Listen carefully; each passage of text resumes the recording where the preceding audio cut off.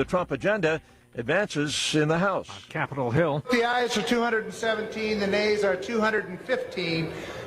Majority voting in the affirmative, the concurrent resolution is adopted. House Republicans muscled their budget blueprint to passage.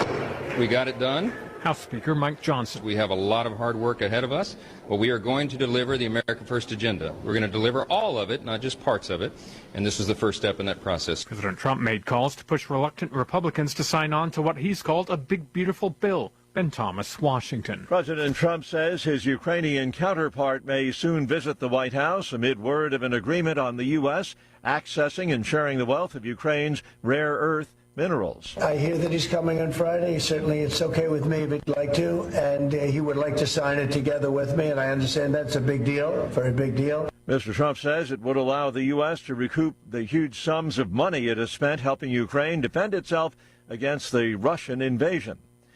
New York City Mayor Eric Adams asking a federal judge to toss out the corruption case against him, alleging prosecutorial misconduct. His request comes as the Department of Justice seeks dismissal of the charges on the mayor's behalf.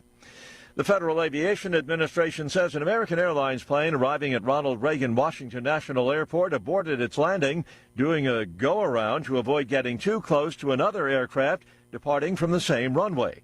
That maneuver yesterday, involving an American Airlines flight from Boston, occurred less than 2 hours before another plane attempting to land at Chicago's Midway Airport was forced to climb back into the sky to avoid a small business aircraft that was crossing the runway. No injuries in either case. Both planes did manage to land without further incident. More on these stories at townhall.com. You heard me talk about Relief Factor and how so many people enjoy a better, more pain-free life because of it. If you're dealing with everyday pain, it makes sense you'd want to try it first. Well, Relief Factor makes that pretty pain-free, too, with their 3-week Quick Start Kit for only $19.95, less than $1 a day. Relief Factor is a daily supplement that fights pain naturally. Relief Factor doesn't just mask pain temporarily, it helps reduce or eliminate pain. Visit ReliefFactor.com or call 1-800-4RELIEF, 800-4RELIEF for Relief Factor. Are you having trouble hearing? Hearing loss can devastate the quality of your life. Now, there's an affordable fix for you or your loved one. Rated in the best hearing aids of 2024 by USA Today, Audion Hearing has the highest quality hearing aids at the lowest prices, just $189. I actually like them better than my old $5,000 hearing aids. I could not believe how my hearing and life changed. Join over 500,000 happy customers by going to audionhearing.com. That's AUDIEN hearing.com. Syria's new leaders host a conference, part of the country's political transition. Syria's National Dialogue Conference has reached a series of recommendations aimed at safeguarding Syria's sovereignty, advancing political and economic development, and addressing the challenges facing the country. The organisers say some 600 people from across the country were invited to the conference, hosted by Hayat Tahrir al-Sham, or HTS, which led the offensive that ousted Bashar Assad in December. I'm Charles Dilladesma. The European Union announcing plans for a big overhaul of its economic strategy to meet the demands of the bloc's captains of industry. They've long complained about excessive taxation, sky-high energy prices, and an overbearing bureaucracy that they say makes the bloc an unattractive place to do business. At the same time, environmentalists express concern for the future of the climate agenda. Townhall.com. The haters rage against President Trump's Doge chief. A 28-year-old Indiana man is arrested by Indiana State Police accused of making violent threats against Elon Musk on social media. This after being alerted by Texas police. According to an affidavit, David Cherry made several posts on X under the username Effective Pawn. Officials say the account replied to a post by Musk stating, quote, "We're gunning you down next, Muskrat." Another post said, quote, "You're robbing the American people. We will gut you and parade your corpse through the streets," end quote. And then another post stated, "I am going to plant a bomb in Elon Musk's house." Newsweek reported that Cherry owns an online store which sells communist, anarchist, and political-themed merchandise. Tasha Stevens reporting. Wall Street futures pointing to a higher open from the market this morning. Dow futures are up 68 points. The NASDAQ futures 128 points higher. More on these stories at townhall.com.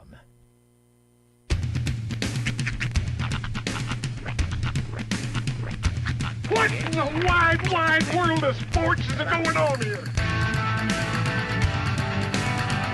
I promise you, whatever scum did this, not one man on this force will rest for 1 minute until he's behind bars.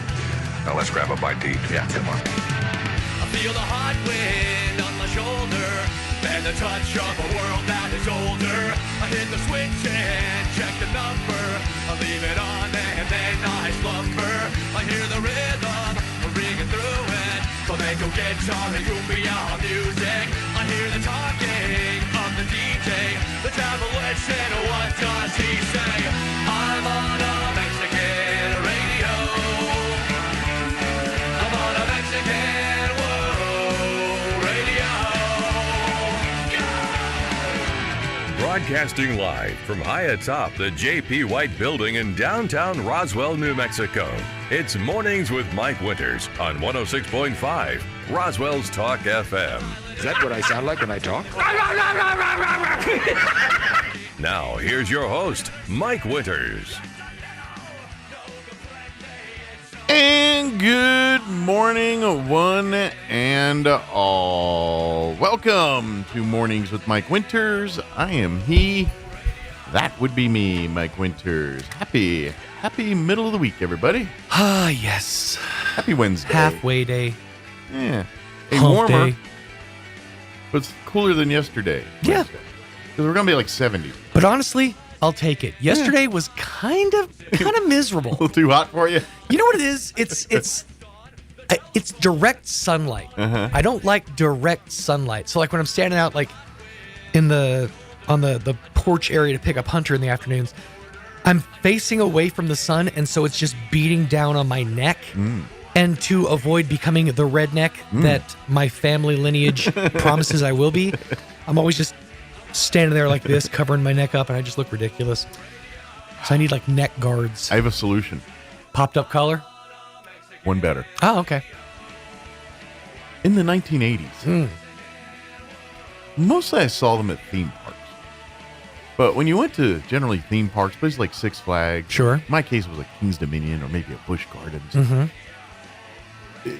They always sold these hats that were baseball caps. The super long brims. No. Oh. Not even those. Okay. It was a regular baseball cap. It was the mullet of baseball caps. So I've seen. Okay. It had the baseball cap, but in the back it had this like do-rag drape. You know who used to wear one? And it's funny, I saw it recently again because of the retrospective series I watched on Nickelodeon. Is Ugg, the camp counselor from Salute Your Shorts. He used to wear one just like that. I'm just saying. You know what? Bring those back. When have I ever cared about being fashion forward? I can bring whatever back I need to bring. Right? You bust out your fanny pack, that hat. I was going to say the fanny pack, the neon sunglasses on the head, yes, and the flap that cap. hat. You know, if you could really seal the look, if you could make the hat in a black and white checkerboard pattern. Ooh. No. Hat white, brim checkerboard. Checkerboard. Yeah, there you go. Now you're talking. And somehow also hypercolor. Right.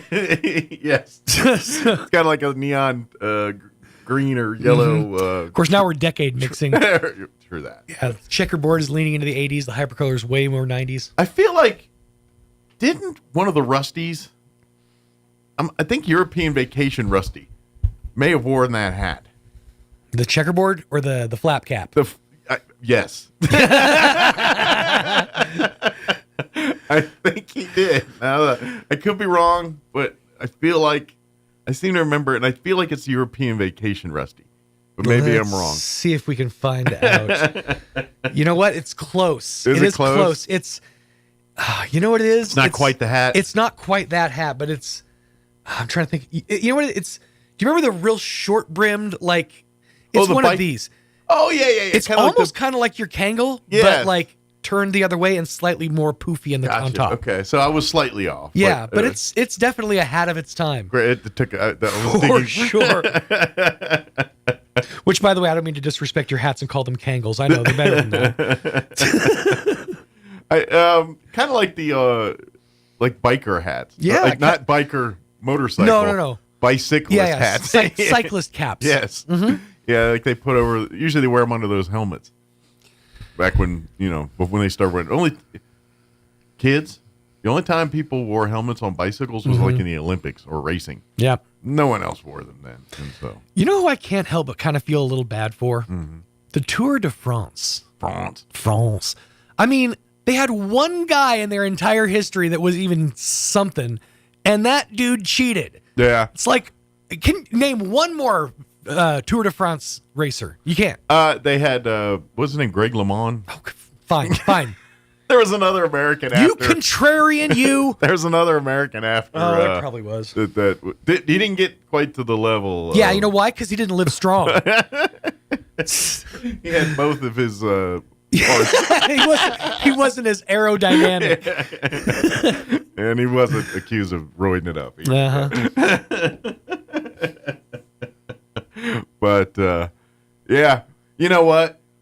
That's the one thing about the movie Dodgeball that makes me shriek every time. The bar scene where he's about to quit and leaving at the airport, and there at the airport is Livestrong himself. Yep, Lance Armstrong himself. I think he's got the yellow braid. They even talk about it. It's like, oh, this does not. This dated this movie. Does not date well at all. It's like any time you're watching any like show or like commercial compilation or whatever, and Jared from Subway just pops up. Right. Like I was randomly watching old episodes of The Soup recently, and just out of nowhere, Jared from Subway just pops up and does a cameo. Well, that's just it. Jared was literally on everything at that time. He popped up on He was the most famous. He was on everything. Literally. But now that I think about it, that dude was everywhere. He really was. That guy had a great agent. Yeah. Yeah. He was. I mean, he was a millionaire just for basically being a spokesman for subs. Do you think? I mean, it had to be annoying after a while to know that everywhere you go, you have to take your big pants with you. Right. Like you can never get rid of this big pair of pants. I don't know. If I'm getting millions of dollars for it, I love them pants. No, I mean, I get them pants insured. Yeah, but think about it. It's like, how annoyed. I mean, I understand that it's the entire reason that like they're known, but how annoyed do you think Dexy's Midnight Runner got of playing Come On Eileen? I'm just saying, yeah, bought their house. Still, though. I know, but I'd like to think that, I couldn't think of another band and single. Chumbawamba.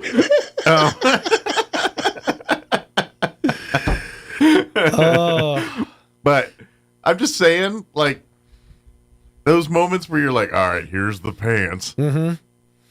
There's the moments of sitting on the island with the drinks with the umbrellas going, I'm sitting here because of the pants. Oh, sure. No, he's got a chair next to him for the pants. I said, no salt. He said, no salt. No salt. I mean, so I'm kind of like, I think that could be a height. Yeah, I'd take it.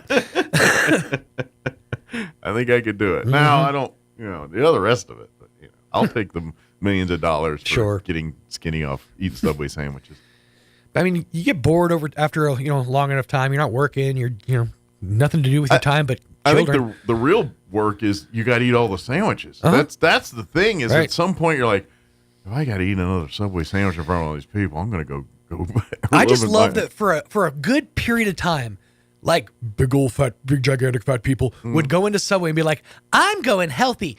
Footlong Big Meat Trio, please. Right. It's like, no, he ate a 6-inch veggie delight on wheat bread. Yeah. With no sauce, no thoth. Yeah, enjoy. I think the one meat he had was turkey every once in a while. Every now and again. Yeah. But, the 8 pounds of mayo is not making it. Or Diet Coke, please. Well, we're all victims of that one. Oh, 100%. I'll take the triple quarter zero, pounder and a Coke Zero. I recently, I've trying to dip a toe back into the zero realm because I just have. I never left. I know you didn't. I drink zeros all the time. What happened was I didn't grow up as a Coca-Cola person. I grew up as a Dr. Pepper person. Like most of the South, I was a Dr. Pepper fan. Sure. So I didn't really fully embrace full sugar Coca-Cola until I was like an adult. And by the time I was an adult, I'm like, oh my God, this is amazing. Where's this been all my life? And yeah, that sort of just like pushed me off the deep end. So, excuse me. I need to get it back. Got to get it back. So I was a kid that grew up on when they put cherry Coke in a can. I was like 10, 12, whatever. And that was it. That was your jam. This is all I ever need for the rest of my life. That makes sense. Yeah. Do you take the best thing in the world and just add cherry to it? Heck yeah.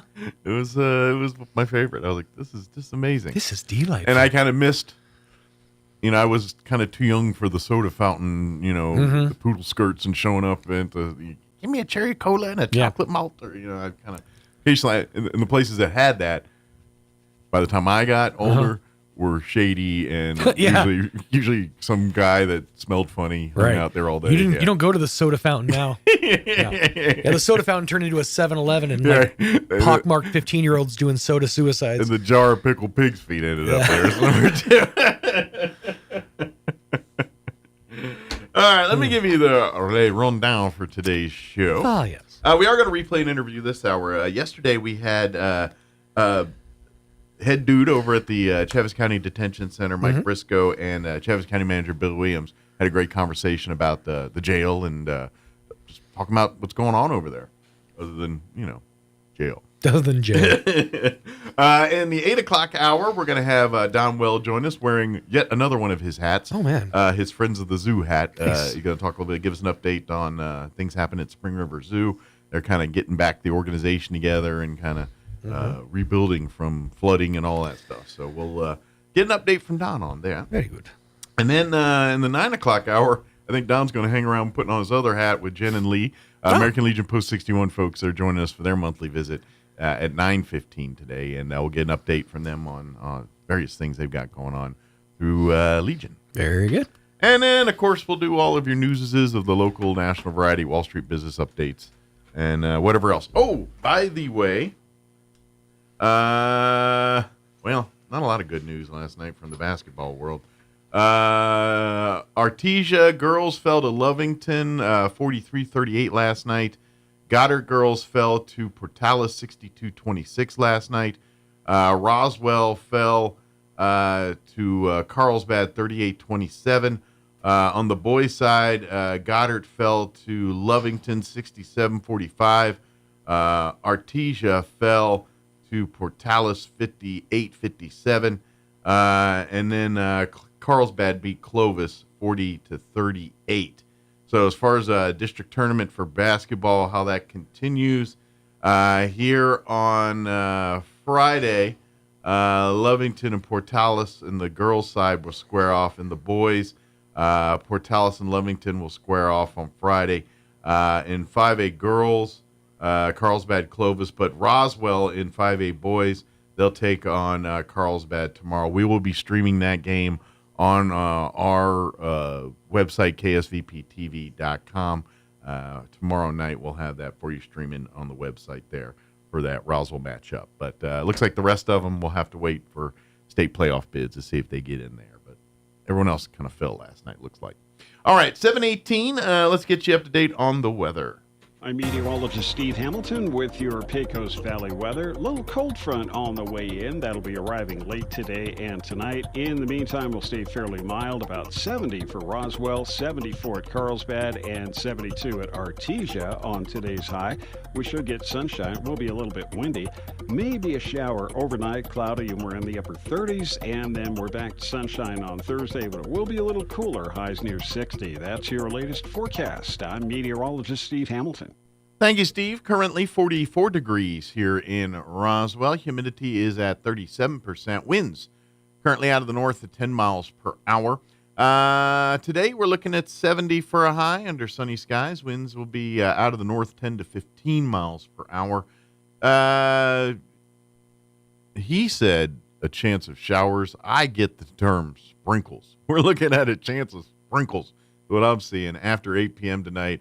Mostly cloudy with an overnight low of 40. Winds will be out of the northeast at around 10 miles per hour. That chance of sprinkles continues into tomorrow till about 11 a.m. Mostly sunny otherwise. A little cooler tomorrow. Highs only expected to hit 60. Winds will be out of the north at around 5 miles per hour. Tomorrow night, clear skies. Overnight low of 33 degrees. South winds at around 5 miles per hour. Friday, we're warming back up into the 70s. Sunny and 73. South winds 5 to 10 miles per hour. And then we'll be hanging out in the mid-70s for the weekend. Saturday, mostly sunny, 76. Sunny on Sunday as well, also a high of 76. So little dip in the temps tomorrow, but kind of warming back up nicely at the back half of the week there. And chances of sprinkles, of course. So get out your cupcakes and donuts. All right, 7:20. We're going to take about a 3-minute break, and then we'll play our interview with Mike Briscoe from the Detention Center and Bill Williams, Chaves County Manager. That's on the other side. Don't go away. You're listening to Mornings with Mike Winters. Tired of living with chronic pain? Soft Wave Therapy from Premier Chiropractic in Roswell is here to help. I couldn't believe it. My knee pain is practically gone after just a few sessions. Soft Wave Therapy for Premier Chiropractic uses cutting-edge sound wave technology to target inflammation and stimulate your body's natural healing process. No surgery, no downtime, just real relief. Now I can finally enjoy life again with no shoulder pain. Don't let pain hold you back. Discover the power of Soft Wave Therapy today from Premier Chiropractic in Roswell. Call now for your free consultation at 623-2900 or visit healthyroswell.com. Soft Wave Therapy from Premier Chiropractic, 1301 North Richardson in Roswell. Restoring life. Maybe your AC unit needs a little tender, loving care. If you don't know where to turn, then you don't know Jack. In fact, they're downright funky. Let the boys at Fergie's Plumbing and Heating get your AC unit ice cold, just like some of my lady friends. Don't let any fool make you lose your cool. Fergie's Plumbing and Heating. If you don't know Fergie, then you don't know Jack. 622-2660.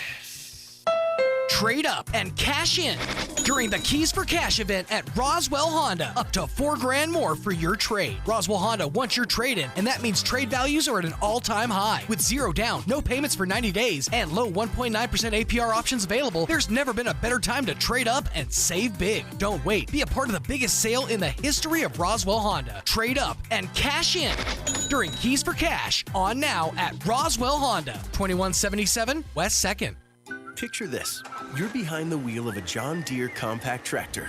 You're effortlessly breaking ground, moving piles of rocks just by moving a lever, and enjoying the sun as you clear brush across your pasture. We could keep trying to put you in the moment, but to really understand what this feels like, you just have to get in the seat. Stop by Pecos Valley Equipment in Artesia and Roswell, or visit us online at pecosvalleyequipment.com. Springtime is coming quickly, and that means it's time for the spring open house for high school students and their parents at Eastern New Mexico University. Join us Saturday, March 22nd, as we welcome potential students and their family members to campus. ENMU will feature campus tours, opportunities to meet with current students and professors, information on scholarships, and chances to win great prizes. Sign up today at enmu.edu/open house. Eastern New Mexico University. Student success. That's what we're about. Here's a Mornings with Mike Winters fun fact. There are 293 ways to make change for $1. Try all 293 on the guy who keeps borrowing money from you. Here's Mike Winters.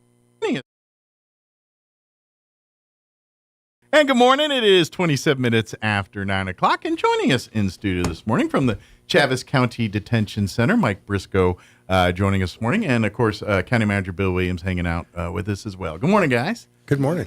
And, well, first off, welcome to the show. Thanks, Mike, for spending some time with us here this morning. I know there's probably usually about 37 things going on at the jail, so you're probably pretty busy. 137. Yeah, close. For one thing, it's been a minute, but if you've never been to the jail, I mean, not that people look to go to the jail for anything, but I did have an opportunity, not as an inmate, but I did Leadership Roswell half a dozen years ago or so, and got a chance to tour the jail and see, and of course, it's lots changed since I've been in there, but people that, like, if you think a certain way about the jail, it's totally different. Like, you go in there and it's like there's a lot of technology, there's a lot of I don't know, it's just, I don't know. I just, as a guy that's never spent a lot of time in jails, it's not what I thought it was. You know what I mean? It's much more high-techy, more. There's a lot more technology in the last couple of years than probably when he was there. Yeah, exactly. But it's kind of, and I'm sure the times of life, you know, COVID, I'm going to take a stab, forced y'all to get a little creative out there. But, you know, things, but at the end of the day, it makes it for a safer deal. You know, like anytime we hear of a incident where, say, a convict escapes, it's always when they're driving them to and from a place. Now the technology, you know, unless it's, you know, they have to be extradited or certain things, a lot of it, they can do all of that right there in the jail. We don't have to load them up in a van anymore. We don't have to take them anywhere. There's a lot of good technology that's not only made the job easier, but safer. We try to do everything in-house, everything from courts to bringing in physicians and dentists and even clergy and programs. We try to bring it all in to keep the risk down so we're not transporting out to the community, to keep our community safe. And that's something that it's really technology. And I'm sure COVID kind of forced that hand a little bit here when, you know, because people want to visit. And it forced the hand, but it also helped us be more efficient. Sure. Right. So. Absolutely. And nowadays, like if you go out to visit someone, that's a whole, like you go into a wing and there's like a computers and screens. It's not like you just walk in and they put them in a jail cell and then you're on the other side of a screen or whatever. You know, it's you know, there's a whole wing that's just for visiting, just for handling that kind of thing. And so it's really neat what's going on out there. All of our video visitation is by tablet now, so you could be at your house talking. Oh, so they don't even have to come down and do it anymore. Come down to the jail. Wow, right. So it's even more. They just continue to enhance the ways that people can have those communications and make sure that it's safe and no danger of any kind of impropriety. And obviously, you guys lock it down so only certain hours it's available, so they don't have 24/7 access to their.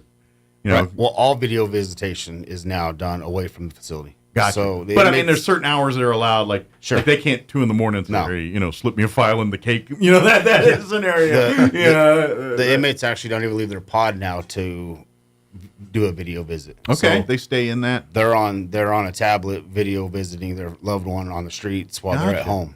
How is that? Because for safety and everything for the public, that's a good thing. How does that work for life for like your guys and everyone in there? Because I know that like when you get a bunch of the same people in the same room together for a long period of time, that does tend to create tempers, flares. Are you seeing an uptick in some of that because of this, or is that all working out? So the trick to that is keep them busy. Gotcha. Right? So we brought in programs. Mm-hmm. So the more programs you bring in, the better quality of person you're putting back in the street. So we're bringing in AA, NA, Aspen, Wings for Life. Gotcha. We're bringing in clergy. I like to call it the basic training approach. Right. And what I mean by that, for anybody that spent time in basic training, people like, were you scared? He's like, to be honest, they got you so busy, you ain't got time to think. You know what I mean? You're going up from sun up to sundown, and by the time it's sundown, you're too tired to worry or care about anything else. And so it's a little of that. You get them, keep them busy. You keep, throwing everything at them to improve, to get better. It's like, hey, we got you incarcerated in this time. Let's find things that, so when your time is up, you can be a productive member of society and not coming back to this jail here in a week or 2 or a month or whenever. One of the things that they do a really good job of, you mentioned a minute ago, how you put a bunch of people into a room and tempers flare and, you're around them too long and all that stuff. And people are there for a while in some cases, but they have a classification program. Tell me how all that works, Mike. So the way classification works is when you get booked in, you get brought in, it's classification's job to basically find out all of your problems. Okay. And make sure that they're doing the best job they can to house you in the area where you're not going to have physical assaults or fights or things that don't create your triggers, so to speak. Kind of put you in that environment. Yeah. And the better job the classification department does, the better job my COs have. It's more safer. So it's literally one of our heartbeats of the jail is to get the classification done and done right. So it's almost like I know this doesn't sound as good, but almost like when you do a Match.com where you want to learn about them to find out how their personality is. I mean, the end result's different, but I mean, it's almost the same kind of vibe. And you got to think you're taking people from the community that have grown up together, that they've had the internal problems were in 5th grade. Small town beefs and So all that small town beef goes there. It's their job to figure that beef out and not to house them together. Sure. Just to keep the peace. Obviously, and keeping rival gang members together is probably not a smart idea. Things like that. Yeah. Mr. Briscoe said the other day, he says, this guy took this guy's lunch money in 3rd grade. It's never been a problem. But now all of a sudden we're in here and I'm going to get even because you took my lunch money. And those are the kind of Yeah. I mean, it's crazy, but you actually go to that. But that is about level. people. Yeah, it's kind of, and especially, and it's more so in a place that's rural like this, where a lot of people know. It's small town. You can't help to not know everybody at some point or another. You grew up here and born and raised here. Right. You're going to run into pretty much everybody at some point or another. But the better job that classification does on figuring out all those little issues at hand, makes my pods more safer, more calmer, and makes it overall safer. And I can also offer another thing is once, like you said, once the safety thing is established and we got that, this is also a starting point to mend fences and fix the things while they're there. Okay. I get it. You're mad at him because of a lunch money in third grade, but why are you still holding on to that beef? Let's squash this now, so it doesn't become a problem when we turn you guys loose. There's again. a lot of mediation that goes on behind closed doors at that jail. Yeah, just to try to mend those fences and that way when they get out, that's not an issue. Yeah, so and I'm going to take a stab that we're starting to see. I mean, that's one of those results that you see over time. Right. It's not going to overnight be like boom, but you keep practicing it months and months, and next thing you know, guys that you're seeing every month, you're not seeing every month anymore, and you're like, you know what, maybe some of this is sinking in a little bit. Yeah, at the end of it, I believe in the word corrections. If we're not trying to correct them to get to be better members of society, then we should just call them housing. And this is and this is something I don't think I hope people realize, but may not realize is it's a lot of times is the people that police officers are dealing with, your detention officers, they're the same batch of people. They see them day in and day out, your frequent flyers. Like getting back to that ride-along I was talking about I did with the sheriff, half a dozen years ago. While I was there was a kid who was probably 18, 19. I mean, he looked barely out of high school. He turned himself in because he had a warrant of some kind or another. But he's 18 and 19. He knew he was going to jail. He literally wore 6 you could tell he's institutionalized. You know what I mean? He had the shoes, 6 pairs on. He knew the lingo. He knew the process. And that is so common. And these are the kind of measures you're talking about. Say, hey, maybe we don't have this kid show up like this every time. So basically what you're talking about is recidivism. Mm-hmm. And our recidivism rate is high. But the more programs we bring in, the more counseling we bring in, the lower our recidivism rate goes. Because our end goal is to make better people, right? Yeah, absolutely. Kick them back out better than we got them. Mm-hmm. And the better job we do on that, the lower our recidivism rate goes, which ultimately makes for better members of society. And that's why I'm thinking that's why it's great, because we're starting to see, and it's great that these organizations like your Wings for Life and these other nonprofits or service organizations come in, and because it really takes that. I mean, your guys and your COs and your staff and administration, they're going to do everything they can, but they are, at the end of the day, bound by the compasses of their jobs and what they can do and government and this and that. And you can be the conduit, but you can't necessarily be the provider. Right. And so that's why Wings for Life and these types of organizations coming and partnering with you guys is key to this equation to happen. So the security staff, a correctional officer is just not an officer. Right. A correctional officer is a first responder. He is a counselor. Kind of like a cop. He's everything for a small portion of time. A daddy, a mommy. He is everything. A brother, everything. Mm-hmm. And the job of a correctional officer is not an easy one. Law enforcement officers, they usually deal with these offenders for 20, 30 minutes, an hour, then they turn 2 over hours, to you guys. and then they come to us. Yeah. So, you've got to establish relationships. You've got to live with them 24/7. 365 days a year, they're in our care. So it's not like we could just send them to jail, send them away. We have to deal with them. Right. So by dealing with them, by shooting programs at them is the best alternative.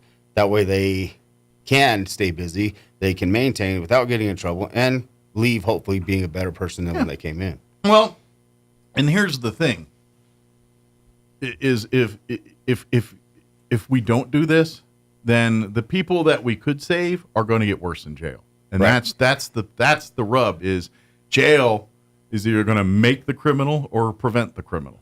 And if it's not having those programs in there, like you can easily get the 18-year-old kid that did something dumb, that landed him in jail for 6 months, but next thing you know, they learn how to be a criminal in jail. Well, that's exactly right. And that's what we're trying to avoid. Yeah, that's exactly one of the classification key points is we don't want to take a kid doing 30 days in jail for a speeding violation and put him with some hardened criminals and then turn him into where he is now a full-blown convict, So that's another key part of our classification division is to decipher that. And that's what I think is what's actually awesome about what you guys are doing on there and doing, because we don't think, because it's, you ask the average John and J&Q public, throw them in jail, turn the key, and forget about them. And it's like, yeah, that's wonderful in concept, but that's not, we can't do that. You can't. A, it's not feasible. B, it's not going to. A, it's not solving anything. It's not legal. It's not Right, legal. it's not. But I mean, what are you going to fix? Even if we said that's the thing, the idea is it's corrections. It's called corrections. We're trying to correct the problem here, and so and this is why. And this is why I always say talk to your legislators and things when it comes to mental health funding and all that. They got to sink all of that into the detention centers, because we've got them there. Let's do as much treatment. Let's do as much resources, because we could literally make amazing productive citizens if we just figure out what's the problem. On a rough estimate, about a third of my budget goes to doing nothing but housing mental health and homeless. A third of our budget, that's a lot. That's a lot. So that mental health, a lot of these guys, they need long-term treatment care. They don't need a 30-day. And the jail's not helping their mental state. The jail is not a homeless house, and it's also not a mental health ward.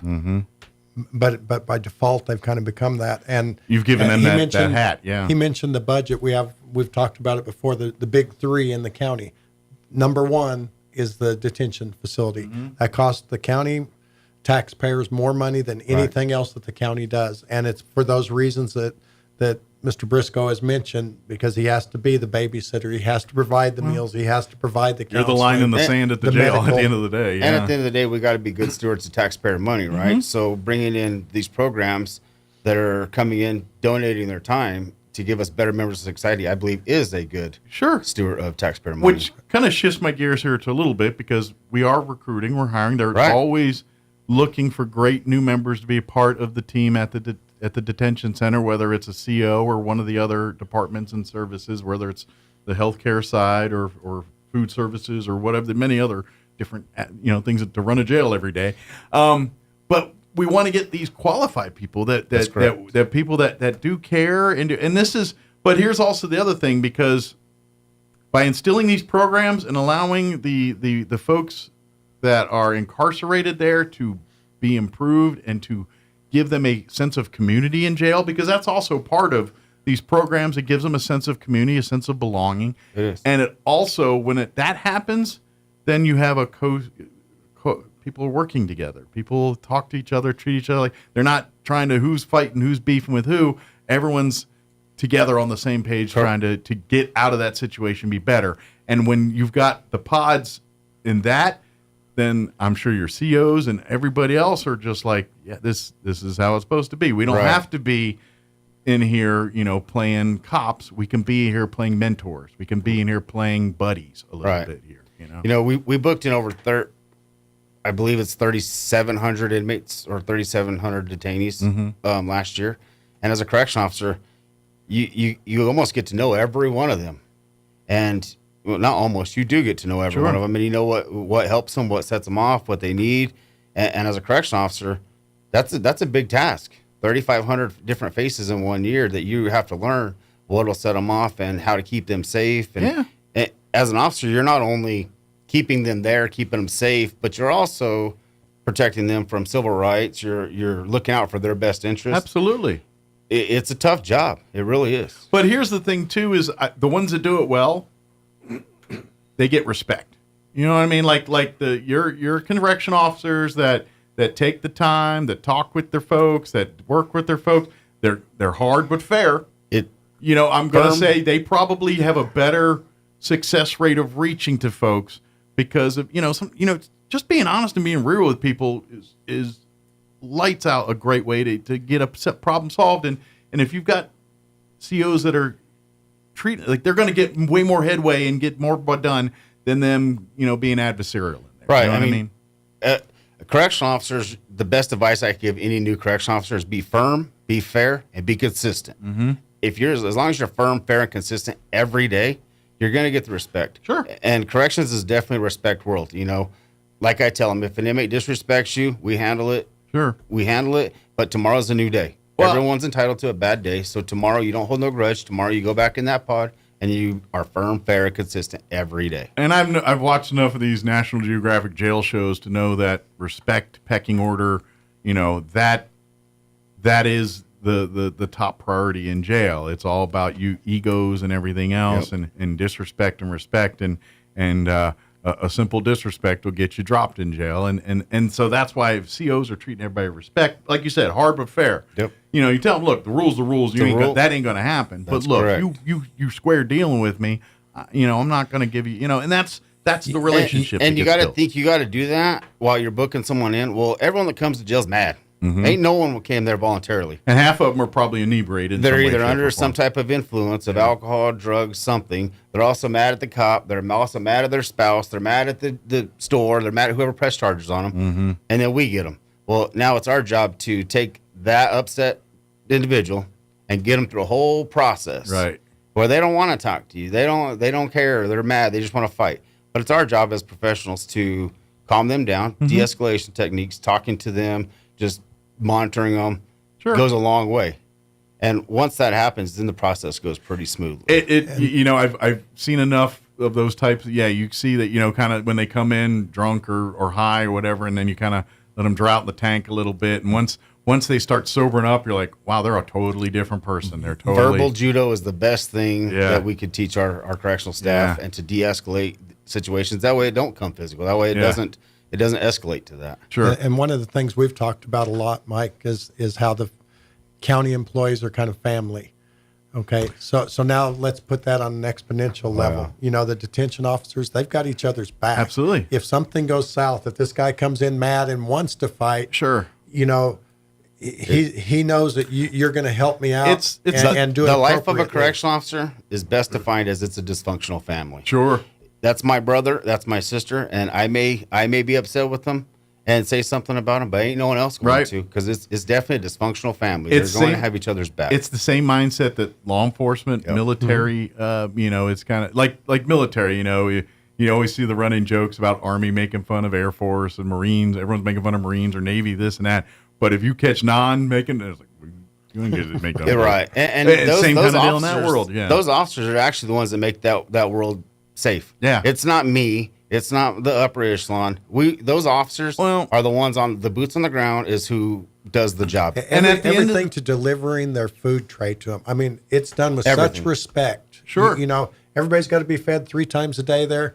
The officers themselves. I mean, you guys jump in and help too, because they don't want to be absent, leaders. They're out there in the back as well. Sure. But those officers, the entry level guys, are the ones that they go in, they make those connections, they make those lasting relationships and respect, whatever. And you're living in a community. And I kind of come with a different little mind spec than a lot of wardens. I work for my COs.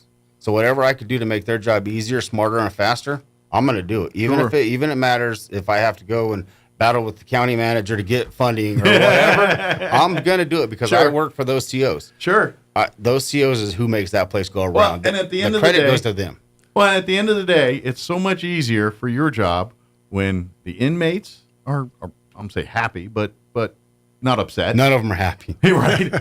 And your employees feel safe at work, feel wanted at work, and feel a sense of belonging at work. Right. And that's at the end of the day, and that's where. And please, if you are looking to, it's an excellent career working for the jail. Is it good, easy work? No, it's hard. You're going to have hard days. You're going to have emotional days, but you're going to have productive days. It's the same. I teach them it's the same thing as working anywhere else. Yeah. It's like your job. If you show up every day with a positive attitude, more likely you're going to get a positive result. You show up with a crappy attitude, well, you're probably going to have a crappy day. Sure. So I preach that to them to try to show up prepared and in a good mood. And I imagine for you get the little victories every day where you see people that came in and they were kicking and screaming and dragging and being just a hot mess. And then after a couple weeks, couple months, whatever that time is, you see them leave. And then there's a little bit of like, maybe I made a difference in that guy's life or that person's life. And you know what I mean? And so there is that sense of I made a difference with, yes, there's days where you're keeping the peace and that stuff, but you're being a mentor. You're changing people's lives by a simple conversation. The morale at the jail is increased exponentially. We had some issues, as most jails across not only New Mexico but across the United States had staffing problems. 2 years ago, we were at rock bottom. The morale was horrible. We got some new leadership in, started respecting the officers for what they are and what they do. And it goes to the point, I told you we went to the jail last Thursday and visited, to the point of the place is clean again. You know, that's all done by the corrections officers. I mean, yeah, there's some responsibilities there, and there's some orders given and stuff, true. But it shows. And 2 years ago, you walk through the jail, and it's like, oh, my gosh, just, you know, towels, paper towels on the floor, whatever, you know, things that show you don't have the pride of ownership. Now it's a totally different place there. The staff is doing well. They're being paid well. They're being appreciated. And I think you get the environment dictates attitude. You know, and if you're in a poor environment, then it's going to be a poor attitude. Yeah, shows through. And that and the proof's in the pudding, literally, right there. Yeah. We a year and a half, 2 years ago, we were really, really low staffed. We're burning our staff out, and we couldn't. The recruitment. They're good workers, but when you're working 3 times what you're supposed to do, I don't care. That's going to take a toll on you. Exactly. And that's what you guys were dealing with, a little work fatigue and everything else. And especially in that environment. That's not just a normal environment. This ain't Bob microwaving his fish too much. Yeah, this is real world stuff we're dealing with there. Right. Yeah. Well, and the safety of our inmates, like when you work that many hours, you're going to be fatigued, and you're not going to be at the point of your game. And you're going to make a mistake. Which exactly leads to mistakes. And then it could cause everything from an injury to death. Litigation, to death. Right. You know. And when you're already, like, if you're not on your A game and you're dealing with someone that, let's just say, is not mentally stable there, that's going to end badly for everybody. Right. And so, yeah, you were hitting some, cracks in the wall here but now we're getting more personal. Like you said, things are changing. Now, that being said, we're always looking for new people and more people to be a part of it. I don't think I will ever, and this is just corrections, the industry, not Chaves County or anything. I don't think you'll ever see, no, we've got enough inmate or enough. It'll COs, never we're be good. enough. Yeah. So even when I am fully staffed, that's when I'm going to go back and I'll bang heads with the county manager to get more positions, because the more staff we have, the safer environment it's going to be. And then there's people that have been there 20, 30 years, and they're saying, you know what, I'm ready to move on to my next phase of life. And when those happen, we got to replace them. It's a great career. I actually started this career at this jail when I was 19 years old. Oh, wow. I started at 19 years old, and I did a couple years at the jail, and then I thought, well, I'm going to go to DOC.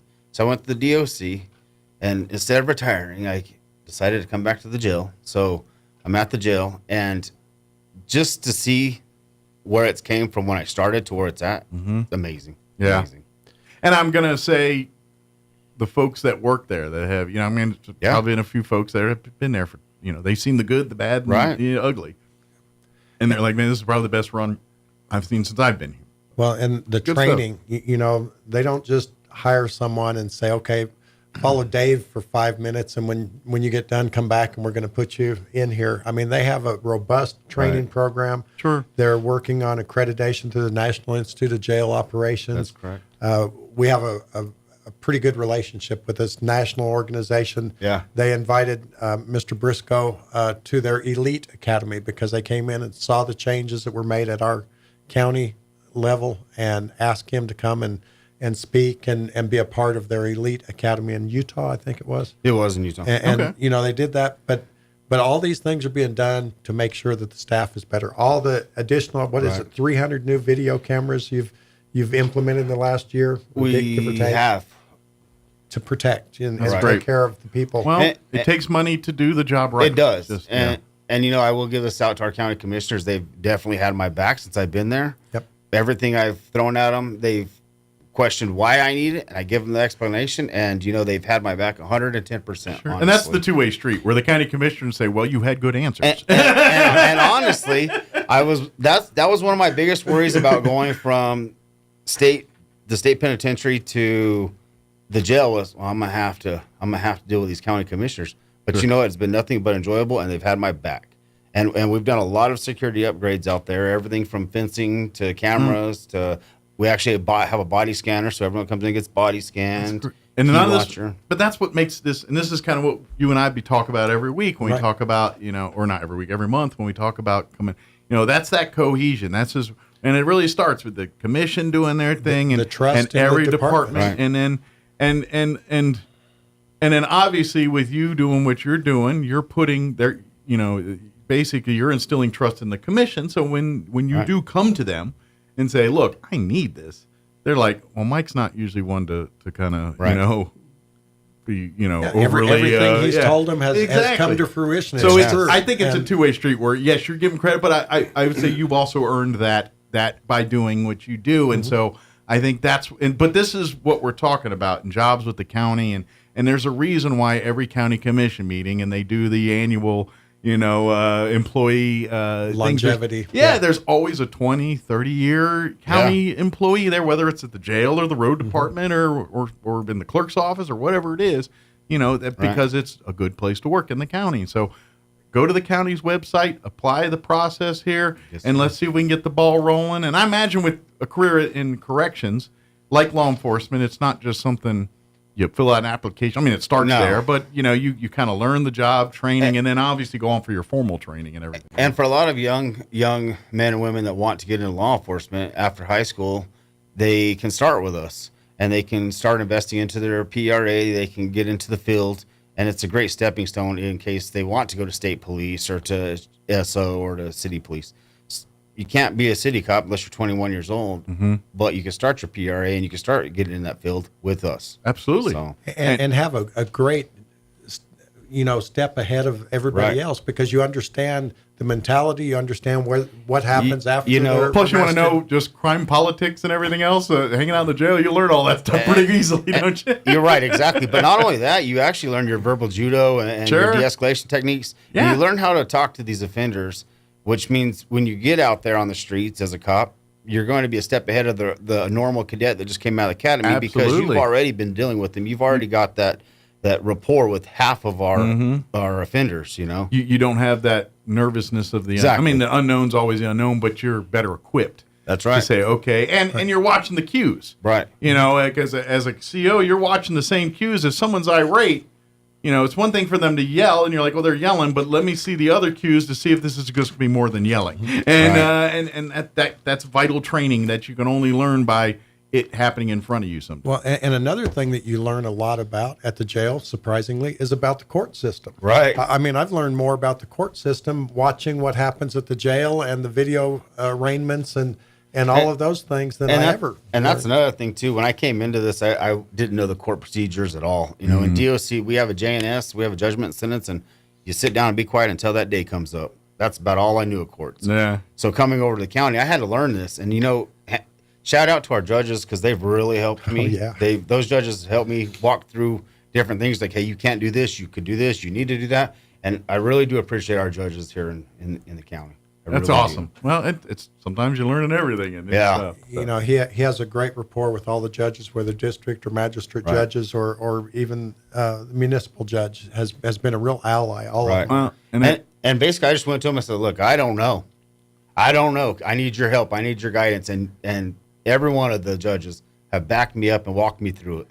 Well, in a world where everyone likes egos and things, sometimes it's nice. It's a refreshing change when someone says, you know what, I could use some guidance on this. Right. Yeah. If you don't know, you don't know. It's real simple. You just say, and how do you learn? You learn by doing, and that's exactly. So you learn by reaching out. I just saw the time. We're about to get kicked off the radio here. But please go to the county's website if you're interested in applying with the detention center or any of the county jobs here.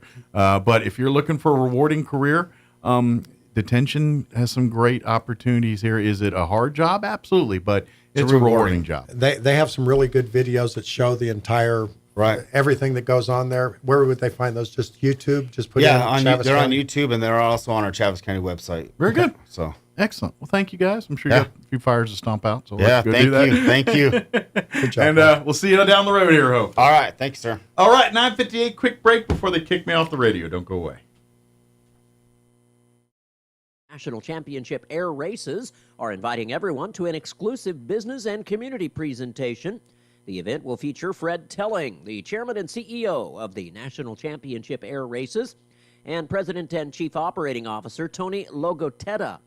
You'll be able to learn how to maximize opportunities, welcome visitors, and make the most out of the major event that's coming to Roswell later this year.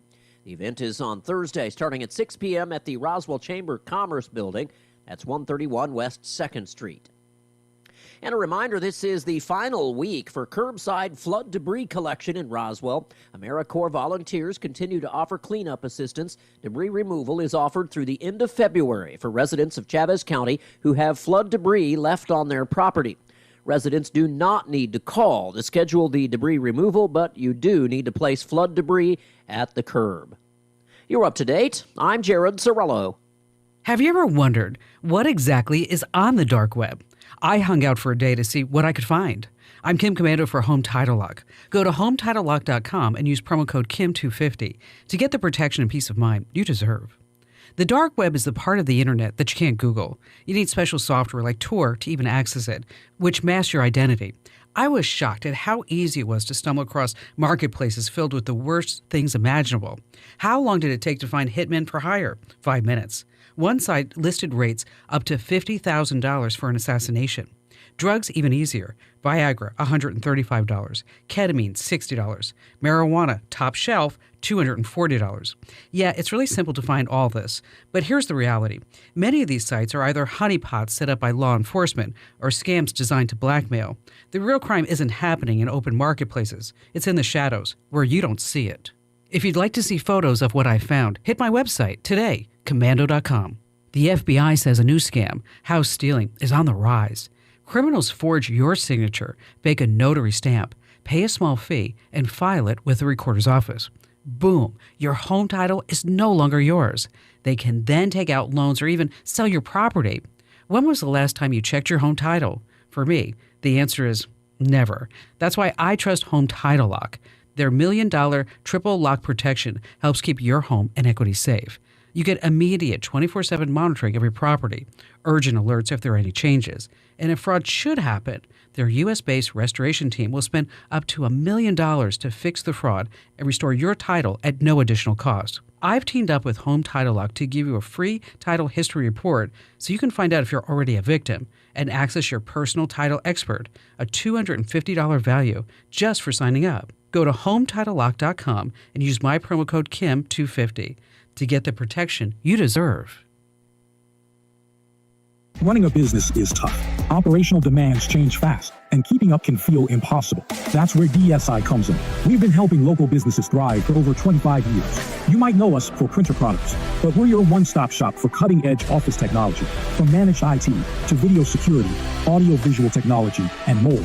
DSI has everything you need. We're flexible, local, and have the resources of a national corporation. Be more productive. Make more money. DSI, the heartbeat of business. Visit DSINM.com. It's time for the Chavez County Sports Report. We got some basketball scores from last night. In boys hoops, it was Goddard in the district tournament losing at Lovington by a score of 67-45. The Rockets are now 11-15, and well, we'll see if they get invited to the state tournament. Meanwhile, it was Roswell now knowing who they're going to play tomorrow night after Carlsbad beat Clovis. So they'll be hosting Carlsbad at 6 o'clock on Thursday. Girls basketball, Roswell loses at Carlsbad 38-27. The Coyotes 14-13. Maybe they'll still get into the state tournament. Goddard, 13-14, same thing. They lost to Portales, though, 62-26, so that doesn't look good on the resume. The Sports Report brought to you by DSI. Call DSI for all your office technology needs. I'm Eric Butler at Roswell's Talk FM 106.5. With the Wall Street Business Report, I'm Bernie Bennett. A well-known craft supply store plans to shutter the business. Correspondent Rich Thomason has the details. Joanne Fabrics, a destination for generations of quilters, knitters, and other crafts lovers, is going out of business, closing all of its stores. Joanne Fabrics previously had filed for bankruptcy protection twice. Wall Street fell further from its record as worries worsen among U.S. consumers about inflation and tariffs. The S&P 500 fell 0.5% Tuesday for its fourth straight drop after settling an all-time high last week. The NASDAQ composite sank 1.4%, as Nvidia, Tesla, and other high-growth stocks that have been among the market's biggest stars fell. A slight majority of U.S. stocks nevertheless rose, including Home Depot after its latest profit report. That helped the Dow hold up better as it added 0.4%. Treasury yields sank as investors look for something safer to own. For the Wall Street Business Report, Bernie Bennett, Washington. The great one, Mark Levin, is now in Roswell on 106.5 KEND Roswell. Religious Broadcasters Annual Conference continues today in Dallas, Texas. Among the 5,000 attendees is Nir Solomon, spokesman for Israel's leading pro-life group, Atop. Despite the ready availability of abortions in the Jewish state, Solomon says the pro-life movement is nevertheless winning hearts and minds in his country. I can tell you that in Israel, in reality, abortions are down. So I'm happy that we are actually looking, we can politicize and say, oh, we don't want the reversal of Roe v. Wade happening in Israel. Women have a right to terminate their pregnancies in Israel. But we are actually curving that phenomena tremendously in Israel. So Israel is very pro-life, but it's not anti-choice. So long as we don't politicize this issue too much, then we're ahead of the game. The 2025 National Religious Broadcasters Conference continues through the end of this week in Dallas. The Trump agenda takes another step forward. House Republicans have passed a massive budget bill. Includes $4.5 trillion in tax relief and a couple of trillion in spending cuts. Not a done deal yet, though. Has to go through the committee process and be reconciled with what the Senate has in mind. The United States and Ukraine have come to terms on an economic deal that would allow the U.S. to mine Ukraine's vast store of rare earth minerals. President Trump says it would also allow American taxpayers to recover all of the money they've shipped to Ukraine. Biden was throwing money around like it's cotton candy, and it's a very big deal. It could be $1 trillion deal. It could be whatever. Ukrainian President Zelensky says that while the framework of the economic deal is ready, security guarantees that Kiev views as crucial have yet to be decided, and those guarantees will be the subject of talks in Washington on Friday.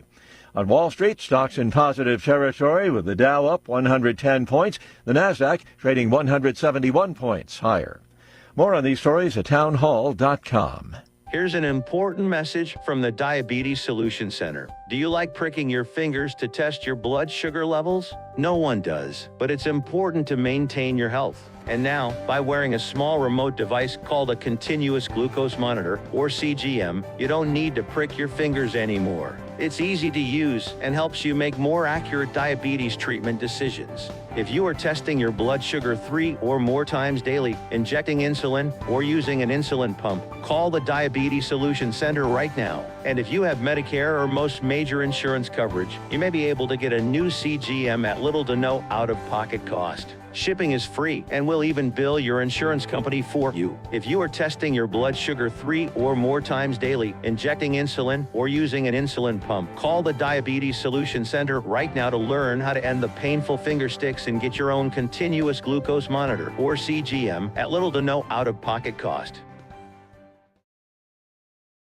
Everybody wants cheap airfare. They already have cars that drive You themselves call and cars that park themselves, electric cars and hybrids, and now a car that literally soars above all the rest. Aleph Aeronautics has been working on its flying car prototype for more than 3 years. Its first test flight along the California coastline managed to lift off the ground in a field, fly for about 40 seconds, hover over an SUV, and then land and continue driving for a little while. Aleph founder and CEO Jim Duchovny said, First you see it in kind of science fiction movies, you read about it, and now you actually see it in person. People could be seeing more of these cars pretty soon. If the production of the first one by the end of 25 or beginning 26. He also says there are already more than 3,000 pre-orders. I'm Haya Panjwani. A sweeping power blackout left most of Chile in darkness for several hours last night. News and analysis, townhall.com. A landslide primary defeat for a controversial Illinois politician. The massive loss comes just weeks after Tiffany Hinyard was seen on video taking part in a chaotic brawl at a city council meeting. The former mayor of Dolton, Illinois, was accused of mismanaging millions of dollars and sinking the village into crippling debt. Village trustee Jason House ousted Hinyard in Tuesday's Democrat primary, winning 87.9% of the votes. Tasha Stevens reporting. New federal lawsuit filed in Maryland challenging a Trump administration memo giving the nation's schools and universities 2 weeks to eliminate race-based practices of any kind or risk losing their federal funding. The lawsuit brought by the American Federation of Teachers and the American Sociological Association. They argue this month's Education Department memo violates the First as well as the Fifth Amendment. More on these stories at townhall.com.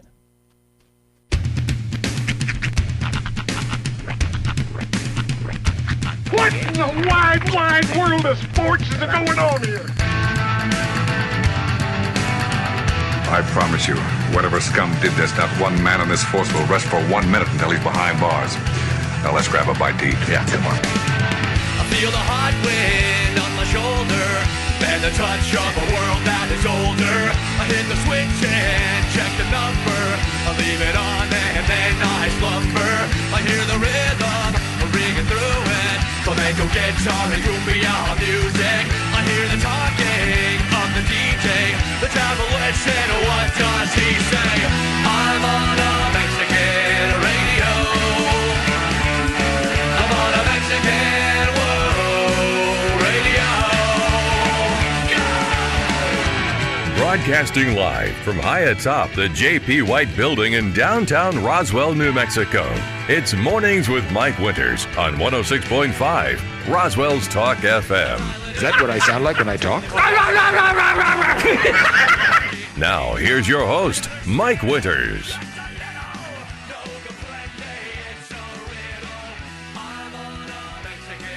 And good morning. It is 6 minutes after 8 o'clock. Welcome to hour number 2. The Deuce. Of Mornings with Mike Winters, right here on 106.5 Roswell's Talk FM. Happy Wednesday, everybody. Yes, indeed. It's the middle of the week. Hump day, halfway day, whatever you want to call it day. Yeah, a little cooler than the previous 2 days. By this time yesterday, it was already up to like 70-something. Yeah, we're right at 44. Nice. According to the weather service at It's the moment. downright long sleeve t-shirt weather. But we are supposed to hit 70 today. Tomorrow's going to get a little cooler, like 60 or something. Thursday? Yeah, 60 even. Right at 60 tomorrow. Well, I lived through the great freeze of 2025, so I'm sure that I can handle 60. You can handle that. Mhm. There is a chance of sprinkles. Ooh. Tonight and tomorrow. Sprinkles was my nickname in college. Actually, have you ever heard? No, his name was Puddles. Puddles. Dang it. That was Dribbles. There's a guy. I can't know his actual name, but he dresses up as he's a giant guy, and he dresses up as a clown, but like a sad clown, and he does this. It's like in my Puddles. head, all clowns are sad. That's fair. He's like a touring comic. He did the show called Puddles Pity Party a while back. Okay, I feel like was he on like America's Got Talent or something? I don't know if it was America's Got Talent, but he's been in like music videos. And stuff. I feel like there was a guy he's on tour. Yeah, Puddles Pity Party. I think he's on tour with. Maybe he was on America's Got Talent. I feel like I saw him on America's Got Talent. It's that guy. Yeah. I've made the joke that he looks like one of our local DJs in town, and yeah, he does this like tour across the country. Puddles Pity Party. Yeah, because I remember from America's Got, there was that guy, and then there was another comic.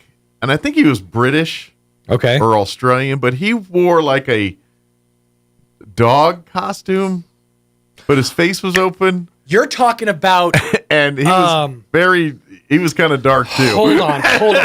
They did a whole show about this. Willard? No, maybe something like that. Hold on. He was dog, but he was either British or Australian or. Well, the show had Elijah Wood in it. He was speaking Wilfred. of Wilfred. Okay. Yes, he's like Australia. Basically, the series. It's very dark but very funny. So he got a series off the America's Got Talent thing. Maybe it was off America's Got Talent. Because that's where I saw him. Elijah Wood's character in the very first episode. Kids are in school, right? He tries to off himself with a whole bottle of pills. Oh wow! And he wakes up and he sees this man dressed as a dog. But everybody else just sees the dog. He's the only one that can talk to it and can see it. Okay, as I Wilfred. kind of vaguely remember commercials. Yeah, it went on for like 3 seasons. I kind of remember. Eventually, it just sort of like piddled out, and people, I guess they ran out of ideas or something. Speaking of Elijah Wood, I'm in season 2 of Yellow Jackets. Mm-hmm. He just popped into the series. Really? Yeah. Yeah. By the way, speaking of dark, that show dark. That show, I mean, it's good, but it's one of those you watch behind eyes when you kind of peek one open. There's just a lot of cringe in this show, man. Here's the thing for my entertainment dollar, I want to know that I'm going to actively enjoy the thing I'm watching and not feel like I don't want you to make me feel. I just want you to just entertain. I do want you to make me feel, actually. I like emotional it's TV one of those movies, things.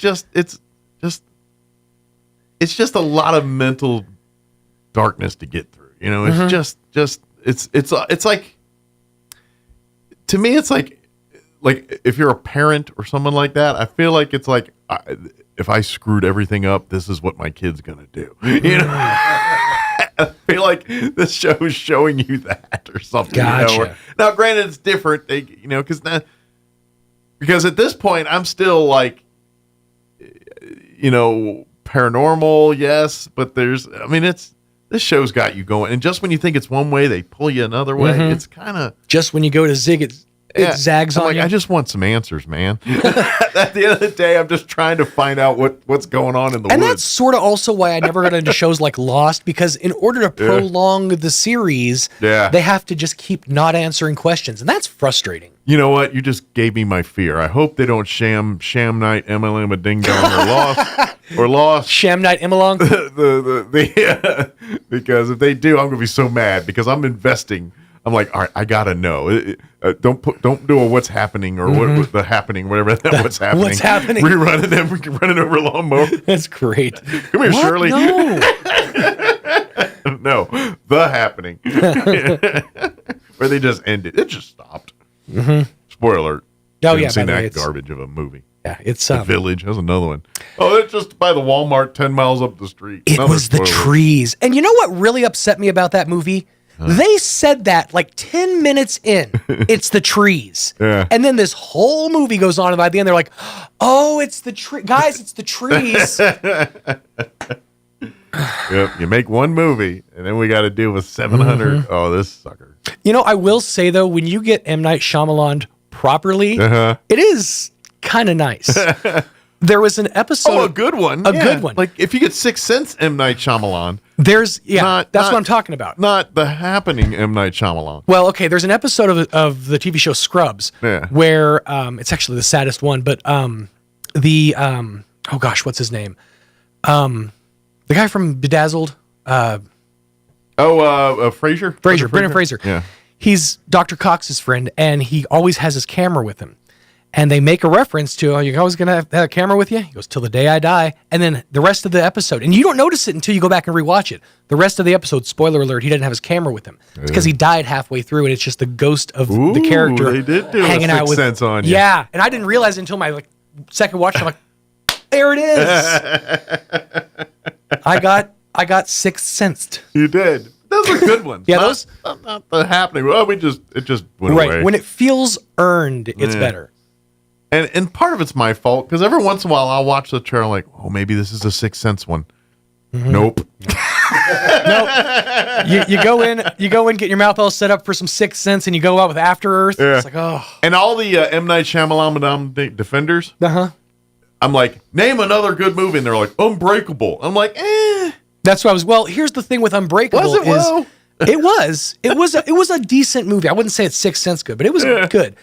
But it set up this whole trilogy with Split and some of those other movies. That's the one place where I'm like, 6 more bad movies. That's the one place where I'm like, they kind of established a bit of a universe, and I'll give him that. Yeah.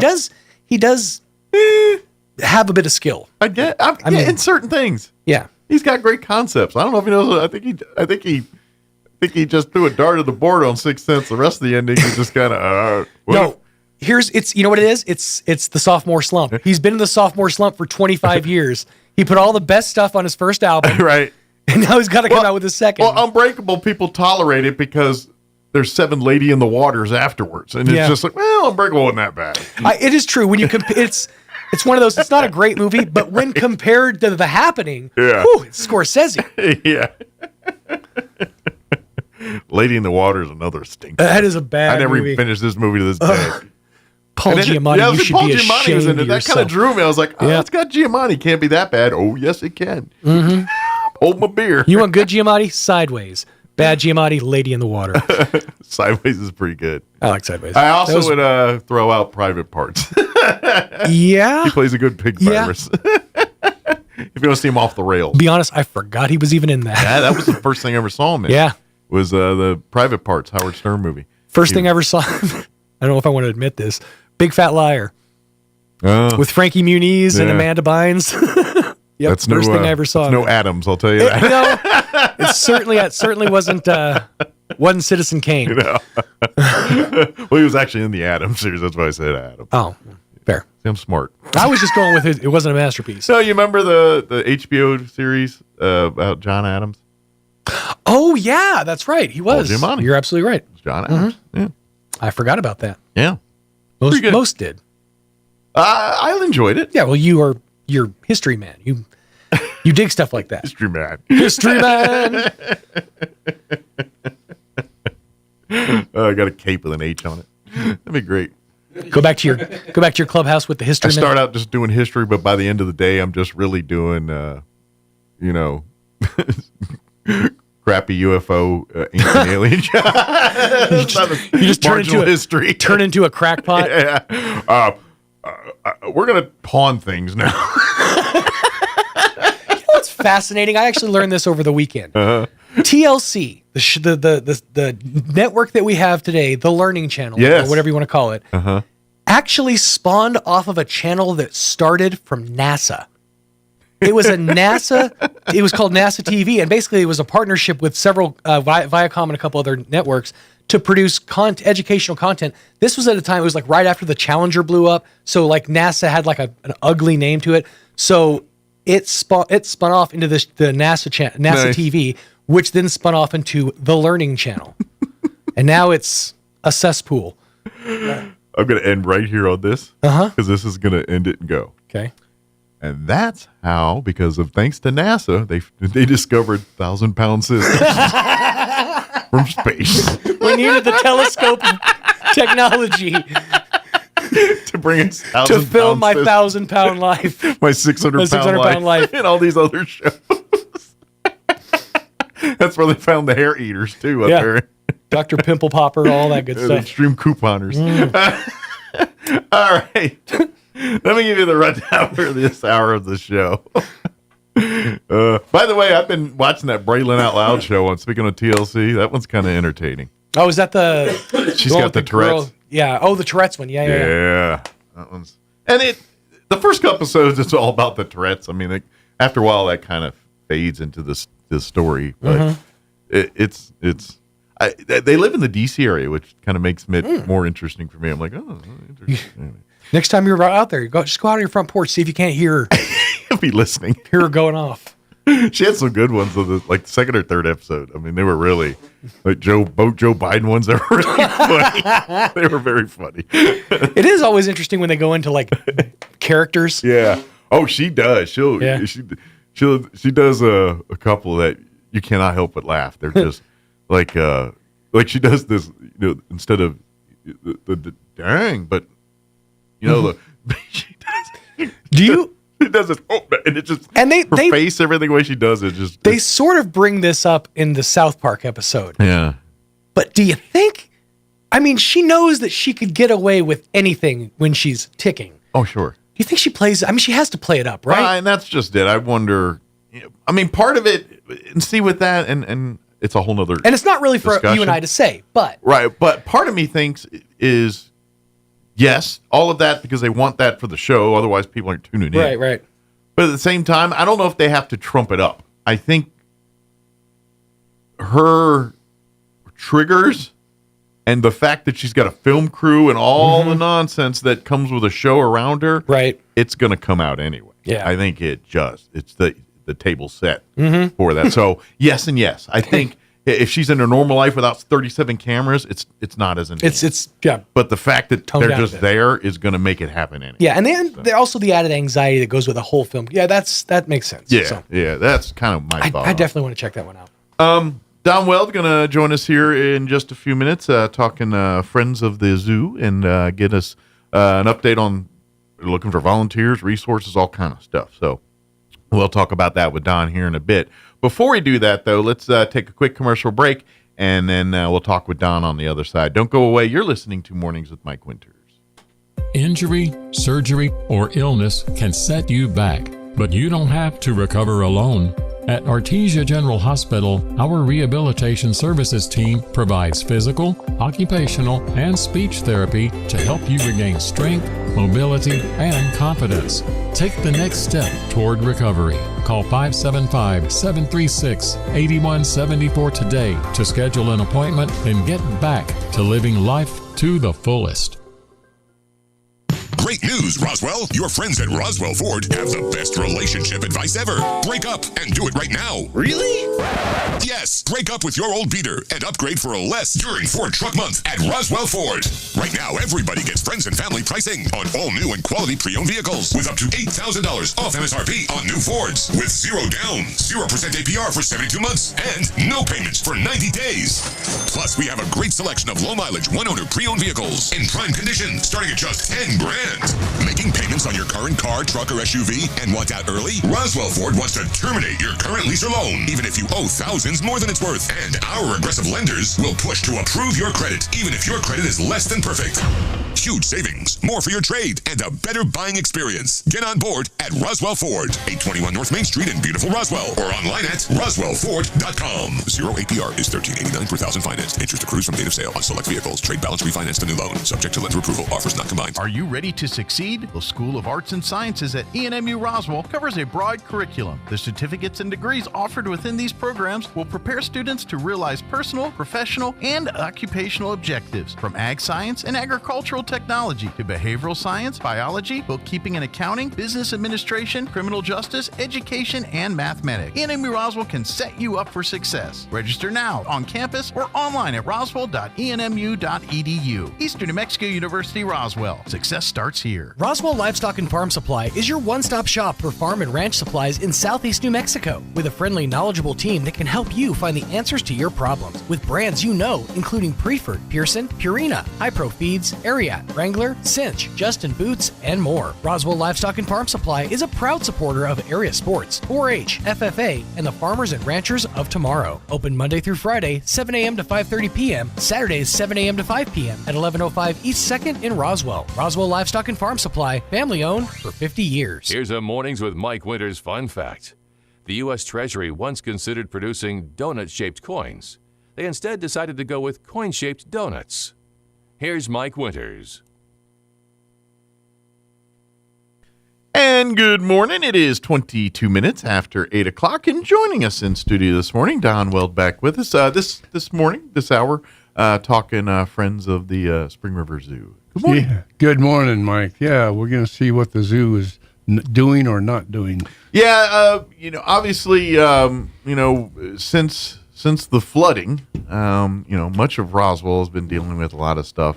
The zoo, also the case there. There's a lot of damage and things, and they've been working and mitigating that stuff. And so zoo's kind of been a little bit in a Band-Aid repair state for the last 6 months or so here. So yeah, actually longer than that. Yeah. The flood kind of, especially since the flood. Yes, exactly. It was needing some upgrades and things. The flood just kind of made, Shall we call this the Great Flood? There we go. It is for now. I don't know if it was that great, but No, it was not great for a lot of people. Great isn't massively huge, but this is so kind of the friends really are kind of getting revitalized, re-put back together. We're looking for more volunteers, more folks to get involved. Memberships. And really the Friends of the Zoo, they're the volunteer organization that supports the zoo. So that the staff, that the city hires, and everybody that runs the day-to-day operations of the zoo, the Friends support them. That's right. And how they do so by various ways. Sometimes it's sweat equity. They're out there working, doing service projects, things like that. Sometimes it's fundraising side, where you have, like if you remember Brews at the Zoos and various fundraising events over the years, that money goes back into projects and things at the zoo, whether it's directly for the animal safety and upkeep or more for the beautification of the park or something like that. Right. All of that. And then also, a lot of the fun programs too, they'll work and volunteer, like when they have city events, for kids and families to come out and participate. The Friends are usually there working as staff and helping out and volunteering at events like that too. So right. That's kind of what the Friends do. And we do have a summer program for the kids coming up. I don't have those details with me. I should. We'll get them summer back. Camp, yeah. But that's coming up. We will get more details on that. Okay, we'll have, and of course, cost, we'll bring, etc. We'll see it next month. Excellent. Yeah, well, we'll bring you back for that one. I don't think too many families are worrying about summer camp in February. No, not right now. No. Here, give them a month or two. Yeah, and the camp isn't until towards the end of May, first part of June is what we're looking at. We're actually thinking of right now. Don't quote me. This is a good possibility of the camp going down to the Living Desert in Carlsbad. Oh, okay. Taking a group of kids down there. Nice for the field day. trip down there. That's another great facility. It is. Which, by the way, they do work in concert with the zoo because they also do veterinary animal services, and they have the docs and the vets that can handle things like elk and big they do more than dogs and cats and stuff like that. They do wild animals. They do hawks and eagles and things like that. Yeah, if you have an especially injured birds, you can take them. I'm thinking you still do that. You can take them to the zoo, and they will transport them down to the Living Desert area where they will do what they need medically and then rehab it. And they do it for the whole state, not just here in Roswell and everything, but they get animals from all over New Mexico that go down there to get rehabbed. And a lot of times what happens is, like for the zoo's instance, they go back to the zoo. If the animal is fully treatable, they go back to the wild. Right. If they aren't going to be able to handle themselves in the wild, then they basically become a resident of the living desert zoo there. or the Living Desert. Yeah, exactly. Yeah, so and some become educational animals. Some just kind of live Club Med style out at the ranch, so to speak. There you go. So we try to do what we can. But that'll be neat. I think that'll be a nice little addition to this year's summer activities and things. Yeah, it would. I think it'd be a little different. Yeah. And we're going to try and reach out, and we're working on that right now, trying to get that to go. So we'll get there. And as far as the meetings and everything, how often do the Friends meet? What because we want to. I want to give people kind of an obligation of if folks want to become a part of the board or become just a volunteer in some way, shape, or form. What kind of time obligation? We do. We meet about once a month. Usually, it is the third Monday. You know what? I bet I've got that written down. Everything's in a calendar, right?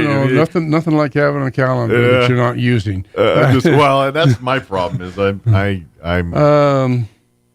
Where is that? I don't embrace technology. Usually we meet on a Monday, and I don't. Where do you guys normally meet at? Wherever. Somebody's we usually house? have like a lunch meeting. Okay. So we will go. Our last one was at Pasta Cafe. Okay. We've been to Peppers. Various do the places. rounds. Yeah, wherever we can find enough of a large seating. A big place. Got to think you can seat a few people. Yeah. We need to seat at least 6. All right. The council or the let's see if we can get you right now. Let's see if we can get an 8-top or a 10-top for the next meeting. Yeah, we would love to. And you know what? I do not have that written down, but it is usually. Well, we can if you really. I'll get. Yeah, usually it's on a Monday. Okay. And we meet. Why didn't I write that down? Oh boy, I am really behind. And there is we can look it up, but there's a Facebook Friends of Zoo. We'll put it on you can shoot a message there if you have more questions about that kind of stuff. But so that would be our and pretty much that's the board meeting, but it's open. If you want to come join us, wonderful. Yeah. And we're looking also to put together a members meeting for everybody. Gotcha. Because we need to. Well, that's really a financial way to support is becoming a friend. Membership as a friend. That money goes into the projects at the zoo and all that kind of stuff too. Right. So even if you don't want to serve on the board per se, if you want to be a friend, that's a great way to help out. March 22nd, Saturday. Okay. 2:00 in the afternoon. Because the zoo is open that day, we're going to gather out on the park area. Oh, yeah. They're inside the zoo. Mm-hmm. And then we'll just kind of walk through the zoo and have a little meeting and say hi. And do the rounds. Yeah, do the rounds. And March, hopefully it's not. March 22nd. Or on March 22nd. There you go. Winds 5 to 10. There you go. Yeah, that's mild. That's nothing here. Yeah. We get 15 and 20, and then you start thinking, it's a little breezy out. Yeah. but that's what we're shooting for. That's the order we'll put in for the 22nd. Right, there you go. But yes, becoming a member, getting involved. And then, what I'm going to take a stab that the big goal right now is probably fundraising and that type of thing. Members and fundraising. Yeah, there's a lot of work that needs to get done out there. We need to start building a membership because it has pretty much gone away except for the board members. So we're going to build a membership, start getting fundraising, and see what we can do about assisting the zoo. We put a huge amount in that lion pen and fixing that up. We did a lot with the elk enclosure. We would like to get started on and get that bear enclosure going. We had a master plan that has kind of been set aside and is off out of nowhere right now. So we need to rejuvenate that master plan, see what we can do and what we can work towards while this recovery from the flood. Sure, and I don't know. I haven't seen budgets, and I don't know all the numbers and everything. But I'm going to take a stab too that, because of the flooding, because of things, I'm going to say city resources shifted a little bit. I'm going to say at the end of the day, because the zoo is the zoo, it probably took a hit on some of that stuff because there's bigger priorities that need to be taken. For right now, we're looking, and I can't blame them for that. The city's probably looking more for human recovery. And the zoo's important and everything, but at the end of the day, it's not sewage, it's not fire, it's not police, it's not the essential. Basic human needs. Exactly. So they're just kind of getting by on the zoo right now. So we would like to get back to where we can actually do some things for the zoo, get them up and running, get the things back where they should be. And that's kind of where my point is here. It's for folks that are really, really wanting to see the zoo thrive. Yep. It's going to take the public to get let us roll their sleeves and help up. Let's get this thing going. And the city can only go to a point. That's right. Then we, the public, are going to have to come in there and roll up our sleeves and manage our own backyard a little bit there. Yeah, you got it. Yeah, and we'll get it. We'll get it done. It's just going to take a while. But it takes people. Yep, it does. That's the big thing is it takes volunteers, it takes folks to get involved, it takes membership, it does take money. That's right. People and bucks, that's what moves the world. That's right. and they need both of them. Right now, everybody in this area needs money. Because of that flood, it wiped out a lot of amenities that we've had. I don't know what they're going to do about the convention center or some of the museums and stuff like that. They're working those angles. Yeah, it's got to be done. Well, and like we were talking with the museum folks just yesterday on the show or the day before, and they're kind of in this space too where they're trying to decide what to do next. There's going to be a museum. Is it going to be there where it's been for years? Is it going to be a new location? We don't know yet, and that's the part they're figuring out. And I'm thinking there's a lot of that with the zoo. It's like, what does this zoo look like? I don't know yet. We're trying to figure that out. What can we make it look like? What's feasible? What's not feasible? And that's where we're assessing and all that. That's right. G was curious, and I've heard a little bit of what, as far as some of the more, and this has nothing to do with the animals per se, but like the merry-go-round and the train. What are those? The train itself is viable. That's fine. Okay. It was in an enclosure, didn't get too damaged. The track got the problem is the track. That got tore up. It wiped out. And the idea would be the original track was good enough for the time, but it needed to be upgraded. It's difficult to get that particular type of material track again. Okay. So what we're going to have to do is look around and see what kind of replacement we can get that fits the train. Gotcha. There's a gauging on these on these wheels and such. Might get the model railroaders to help out here on this there one. You go. I'll bet they could find the equipment we need too. You might want to hit them up. Yeah. I know a guy. There you go. I know the president. That's a start. That and the Ferris wheel was not damaged. Oh, good. Because okay. it was in the enclosure. It was. I didn't know that the water rose up to that, and that's a little bit higher ground if I remember right. Yeah, it's a little, not a lot. But a little higher. As that water, there's a lot lower ground around it. Put it that way. And that I guess helped. Yeah. The water came over the edges and got into that area, but not into where the And to be honest, the fact that it's ancient technology might be a blessing and not a curse in this one. That's right. Whereas something more modern that's got LEDs and electronics and all kinds of stuff. That thing gets a lot of gears and cranks and a lot of oil and lube, and now they got to worry about rusting and all that. But as far as frying electronics and stuff, I don't think there's a whole lot of that going on there. There's not a whole lot in there. It's a lot of brawn and muscle and mechanics. Yeah, that's right. So that might be a blessing in the disguise on this particular situation. Yeah. So we'd like to open all of that up and get things back. I know the zoo is open. Yeah, you can go visit. Sure. I don't even know the hours. I think it's almost daily now. Yeah. Like 10 to 4 or something like that. And the park's beautiful out there and see the animals. But yes, it's we got the flood is taking its impact, and we're trying to get that pond and a lot of some of the just scenery and the paths and things like that. They got all damaged and destroyed out there. So it's not at its prettiest, but is that peacock still around? Oh yeah. Oh yeah, that greeter slash menace. There's more than one male out there. Yeah, which can be a good and bad. They like to have their territories. There was a one male, and it was the males are the pretty ones. That's the peacock. Yeah, the ones that do all the fanning. Yeah, the one that's not as colorful, that's the female. That's right. They're doing all the work. They're kind of looking pretty to try to get the female to get with them.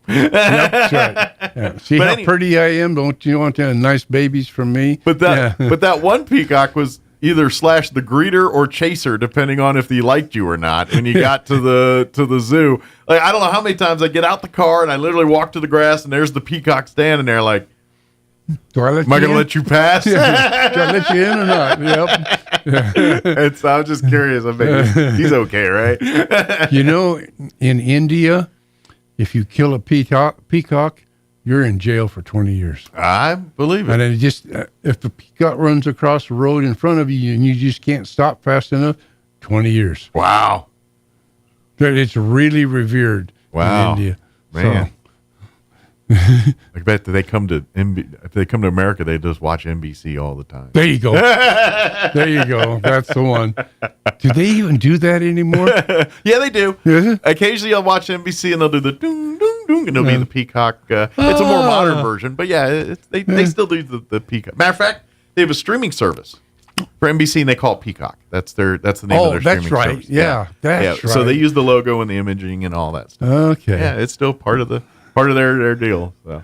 But we are looking, if you want to get involved, if you're looking for an organization, if you love being outdoors and animals and things like this, maybe becoming a friend of the zoo might be right near your wheelhouse here. That's right. And if you want more information, you can call me. I'm sure everybody knows my number right now. 575-495-3325. It's just one of the entities that take calls on. Save that number because that number will also get you information on the Alzheimer's Association. Right. Also, Bitter Lake Wildlife Refuge. Right. American Legion. Right. The zoo, of course. Veterans Transport. What else am I missing? I think that for right now, that covers that's it enough. all. That's enough. I'm actually trying to cut back. You know, you're trying to, you are a retired man, and you're busier in retirement than you probably were when you were working 9 to 5. And my job when I was working was 24/7. Wow. So you took a break, and your break cut you to 12-hour day. Yeah. But please, if they're looking, we need the community to get involved. That's where we're at right now. If it's one of these things where Roswell, we're blessed with so many cool things with the amazing museums, the zoo, the airport we have amenities that are very unique to a town of this size. That's right. If you want to keep them, if you want to foster them, if you want to nurture them, if you want them to grow, the only way that happens is we roll up our sleeves and get involved with it. What we're seeing going on in the airport with the air races and all this stuff, we're going to see this influx. Places like the zoo, we're going to need them more than ever. That's right. When these growths come in, when people say, all right, we're here in Roswell, what do we want to do? Oh, they got a zoo. Let's hang out at the zoo today. Oh, they got this amazing museum. Let's go spend a few hours over there. Right. These are the things we need to foster and nurture. So support them. Get involved. If you love the museum stuff, get in there involved in that. If you want to see the zoo stuff, get involved with the zoo. If you want to see the rec and aquatics and you're part of the, coaching and all that, they need volunteers over there too. Pick your passions and get involved with them. Whatever community involvement. Absolutely, it is vital. You don't have to be crazy like Don and I and do 7 of them. Just pick your one and get involved. Right, you got it. You got it. Just one is more than enough. Pick one and invest wholeheartedly in it. You know what I mean? That's part of my problem is I've signed up and I can't commit to all of them because That's right. That's the way I'm feeling too. Yeah, I got too many things going, and that's why I say I got to cut back. Yeah, I'm learning that lesson myself. Yeah, it's a hard lesson, but it's one I'm learning. So, but Friends of Zoo is we're growing strong. We're trying to get things kind of rehabbed and rising from the ashes.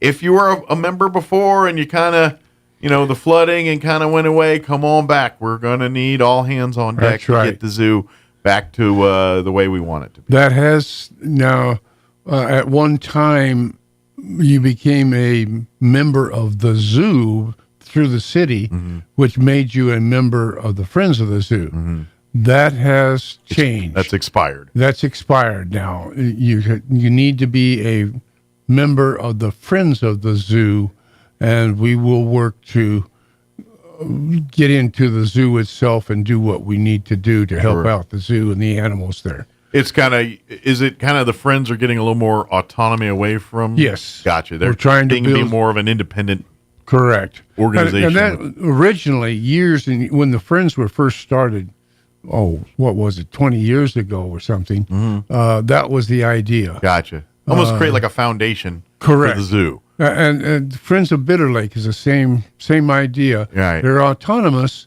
to a point. We use the building for the nature store out there.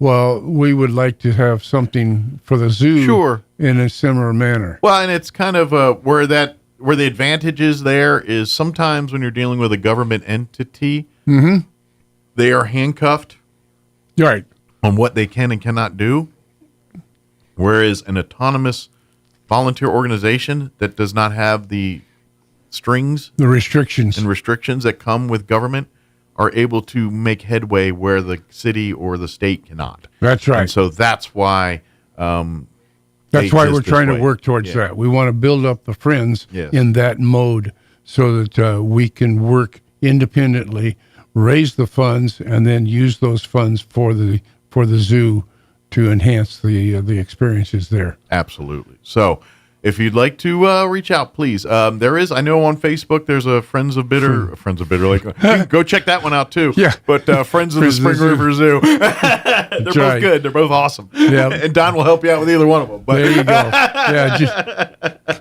I'm so used to saying Friends of Bitter Lake. It's kind of rolls off the tongue. But Friends of the Spring River Zoo, definitely reach out. Do they have a friendsofthezoo.com kind of website or something? No, we don't. Or anything to do?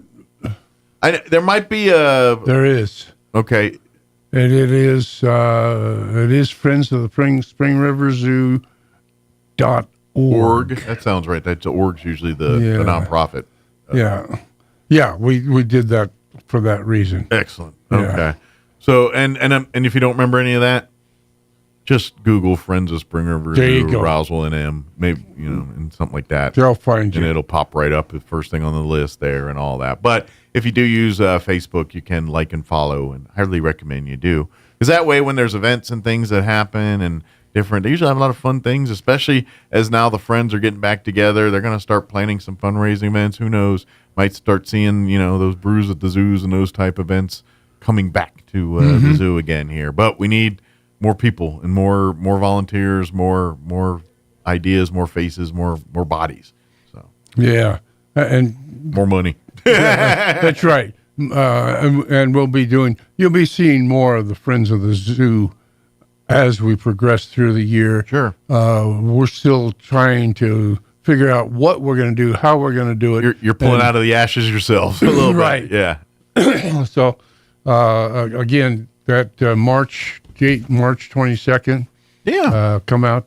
It will be at the zoo. We'll gather in the. What time is that meeting?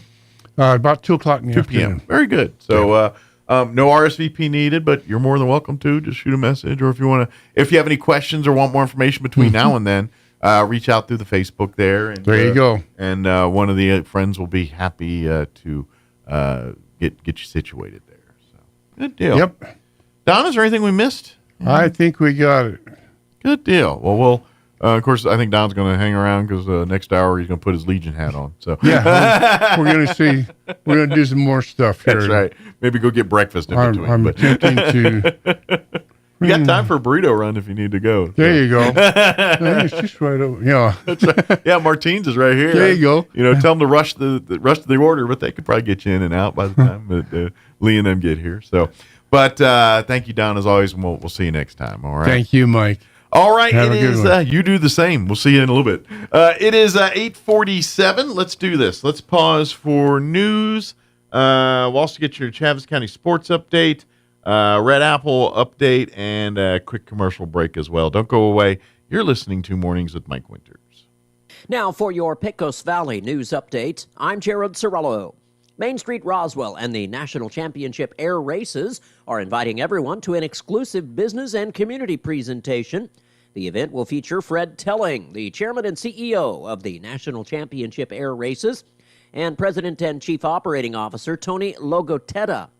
You'll be able to learn how to maximize opportunities, welcome visitors, and make the most out of the major event that's coming to Roswell later this year. The event is on Thursday, starting at 6 p.m. at the Roswell Chamber of Commerce building. That's 131 West 2nd Street. And a reminder, this is the final week for curbside flood debris collection in Roswell. AmeriCorps volunteers continue to offer cleanup assistance. Debris removal is offered through the end of February for residents of Chaves County who have flood debris left on their property. Residents do not need to call to schedule the debris removal, but you do need to place flood debris at the curb. You're up to date. I'm Jared Cerullo. It's time for the Chaves County Sports Report. We got some basketball scores from last night. In boys hoops, it was Goddard in the district tournament losing at Lovington by a score of 67-45. The Rockets are now 11-15, and well, we'll see if they get invite to the state tournament. Meanwhile, it was Roswell now knowing who they're going to play tomorrow night after Carlsbad beat Clovis. So they'll be hosting Carlsbad at 6 o'clock on Thursday. Girls basketball, Roswell loses at Carlsbad 38-27. The Coyotes 14-13. maybe they'll still get into the state tournament. Goddard, 13-14, same thing. They are lost to Portales, though, 62-26, so that doesn't look good on the resume. The Sports Report brought to you by DSI. Call DSI for all your office technology needs. I'm Eric Butler at Roswell Talk FM 106.5. I'm meteorologist Steve Hamilton with your Pecos Valley weather. Little cold front on the way in. That'll be arriving late today and tonight. In the meantime, we'll stay fairly mild, about 70 for Roswell, 74 at Carlsbad, and 72 at Artesia on today's high. We should get sunshine. It will be a little bit windy. Maybe a shower overnight, cloudy, and we're in the upper 30s, and then we're back to sunshine on Thursday, but it will be a little cooler, highs near 60. That's your latest forecast. I'm meteorologist Steve Hamilton. All across America, this is the Red Apple Audio Network's Market Report. I'm James Flippin. U.S. stocks finished mixed yesterday. The S&P 500 continued its multi-day slide. The Dow Jones Industrial Average finished in positive territory. As looking at economic data, this month's Consumer Confidence Index plummeted, the biggest monthly decline recorded since 2021. In terms of the housing market, the Case-Shiller National Home Price Index rose 3.9% year over year in December. Today, investors will study new home sales data and fourth quarter earnings results from AI darling NVIDIA. The chip maker set to release those highly anticipated numbers after market close today. Apple has announced a big investment into the United States, the tech giant revealing Monday that over the next 4 years, it plans to spend more than $500 billion. The effort will include a new factory in Houston, Texas, which aims to produce servers for the company's artificial intelligence software. And Denny's is slapping a temporary surcharge on menu items with eggs. This as Americans deal with a shortage of the staple at grocery stores. The bird flu has resulted in the deaths of millions of hens. Denny's joining other eateries such as Waffle House in enacting that surcharge. With business, I'm James Flippin. This is the Red Apple Audio Network's Market Report. Did you know my mom's gonna have a baby? We heard the heartbeat and my dad said this is gonna be someone very special. Hello, my name is Marianne Koharski. I'm the director of Pro-Life Across America. We hope you'll consider supporting the work of Pro-Life Across America. Your gift will help offer life-saving alternatives to those in need. Visit our website at prolifeacrossamerica.org or like us on Facebook. Pro-Life Across America, the Billboard people.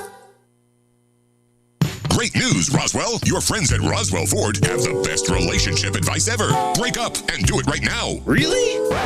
Yes. Break up with your old beater and upgrade for less during Ford Truck Month at Roswell Ford. Right now, everybody gets friends and family pricing on all new and quality pre-owned vehicles with up to $8,000 off MSRP on new Fords with 0 down, 0% APR for 72 months, and no payments for 90 days. Plus, we have a great selection of low-mileage, one-owner pre-owned vehicles in prime condition starting at just $10,000. Making payments on your current car, truck, or SUV and want out early? Roswell Ford wants to terminate your current lease or loan, even if you owe thousands more than it's worth. And our aggressive lenders will push to approve your credit, even if your credit is less than perfect. Huge savings, more for your trade, and a better buying experience. Get on board at Roswell Ford, 821 North Main Street in beautiful Roswell, or online at roswellford.com. 0 APR is $13.89 per thousand financed. Interest accrues from date of sale on select vehicles. Trade balance refinance to new loan. Subject to lender approval. Offers not combined. The Roswell Symphony Orchestra presents Shearer Plays Vaughn Williams, Saturday, March 1st at Pearson Auditorium, featuring Dr. Jim Shearer, professor of tuba at New Mexico State University, in the Vaughn Williams Concerto for Tuba and Orchestra, plus Beethoven's 7th Symphony, along with works by Barber, Sibelius, and Mozart. Get tickets and more information at roswellsymphony.org or by calling 575-623-5882. Shearer Plays Vaughn Williams, Saturday, March 1st at Pearson Auditorium in Roswell. Sponsored in part by Dr. John and Ms. Deanne Kaysen and the Roswell Lodgers Tax. How do you find a roofing contractor you can trust? You can randomly pick one, cross your fingers and hope for the best, or maybe you can ask a psychic to predict who's trustworthy. Here's a better idea. Choose one who prefers using America's most trusted roofing brand, Owens Corning. And rest easy, because Owens Corning screens their contractors for reliability, professionalism, and customer service.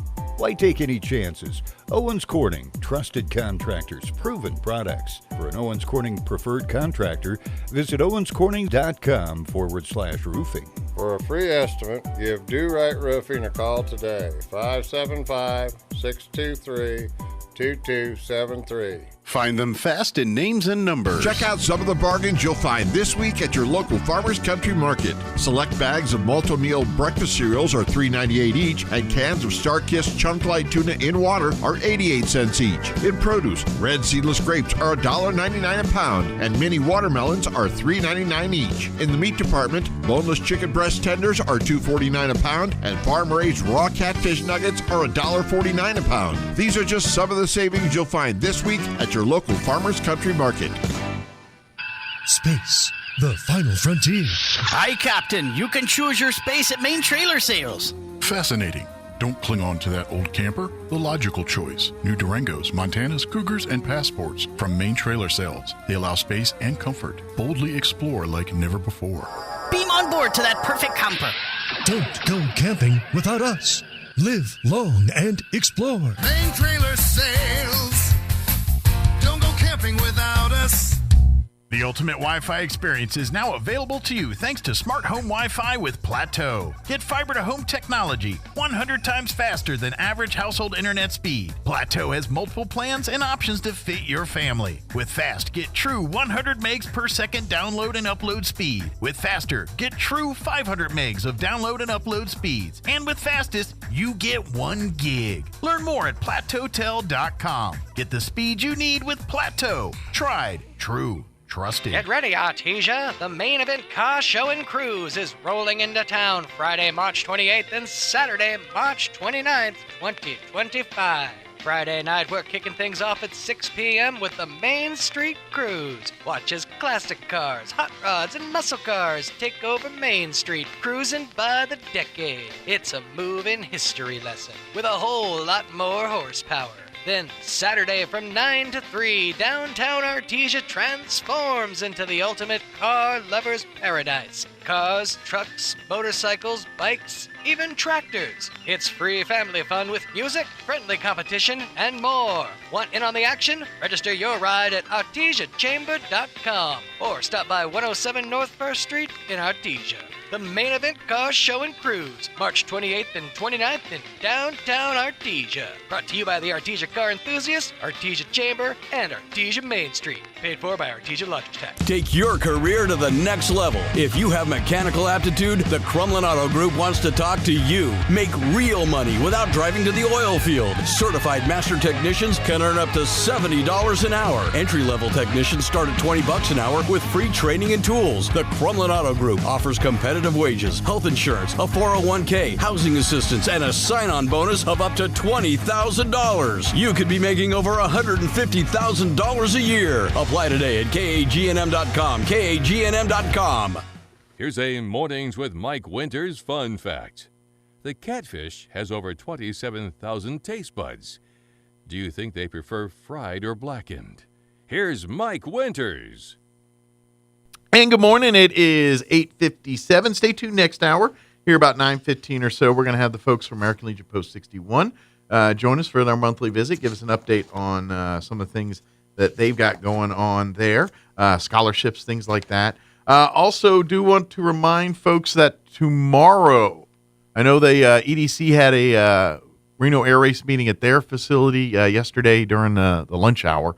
For folks that can't make that, I would invite you to tomorrow night's Main Street Roswell event with the National Champion Air Races. They're going to be having a information meeting tomorrow night, 6 p.m., at the Roswell Chamber of Commerce, 131 West 2nd.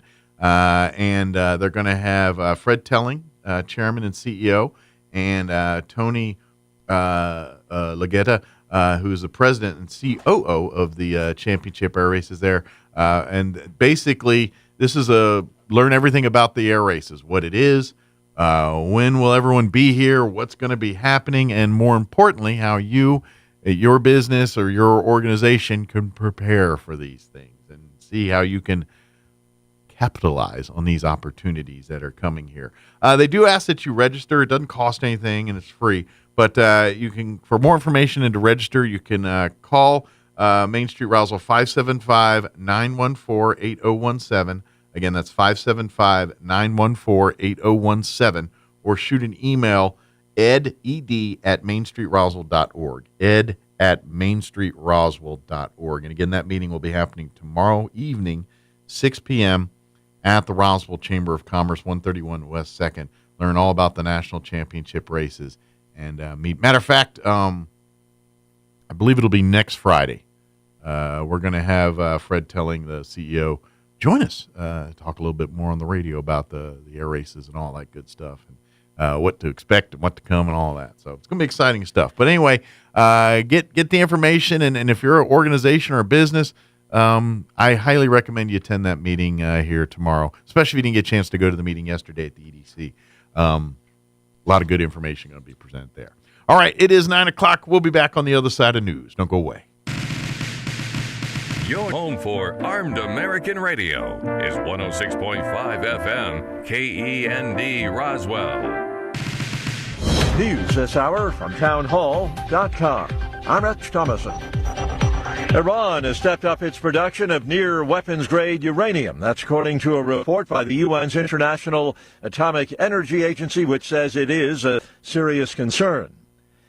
There he goes, thinking outside the box again. President Trump says he wants to offer $5 million gold card visas with a path to citizenship, replacing EB-5 visas that have been offered to investors for 35 years. You have a green card. This is a gold card. Trump suggests the government could sell millions of the visas to help reduce the federal deficit. They'll be successful, and they'll be spending a lot of money and paying a lot of taxes and employing a lot of people. The Congressional Research Service has found that with the current program, one risk is verification fraud for funds that were obtained illegally. Jennifer King, Washington. The measles outbreak in West Texas has turned deadly. An infected person has died in hospital. 124 cases reported across 9 rural counties.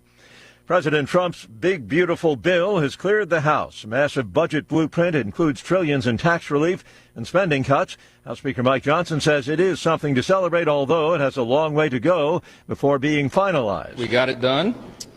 We had the requisite number of votes to move this process along, and now passing the budget resolution in the House that will go to the Senate. This is the first important step in opening up the reconciliation process. We have a lot of hard work ahead of us, but we are going to deliver the America First agenda. We're going to deliver all of it, not just parts of it, and this is the first step in that process. With Florida Governor Ron DeSantis unable to seek re-election because of term limits, Republican Congressman Byron Donalds has announced he is running for governor of Florida. He's been endorsed by President Trump. Watching Wall Street, the Dow is up 209 points. The Nasdaq trading 222 points higher. More on these stories at townhall.com.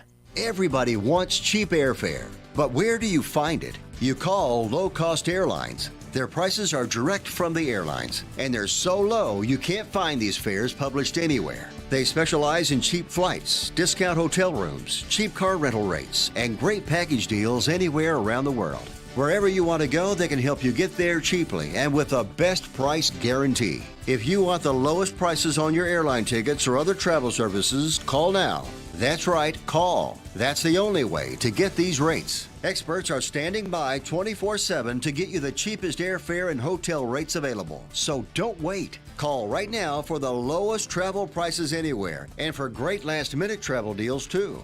Call 866-755-5300. That's 866-755-5300. Again, that's 866-755-5300. Call us right now. The fragile Israel-Hamas ceasefire continues to hold, at least for the moment. Hamas says it will return the bodies of 4 more dead Israeli hostages on Thursday in exchange for Israel's release of hundreds of Palestinian prisoners, the group says, just days before the first phase of the ceasefire between the warring parties is to expire. Israel has delayed the release of about 600 Palestinian prisoners since Saturday to protest what it says is the cruel treatment of hostages during their release by Hamas. I'm Charles Tillothes.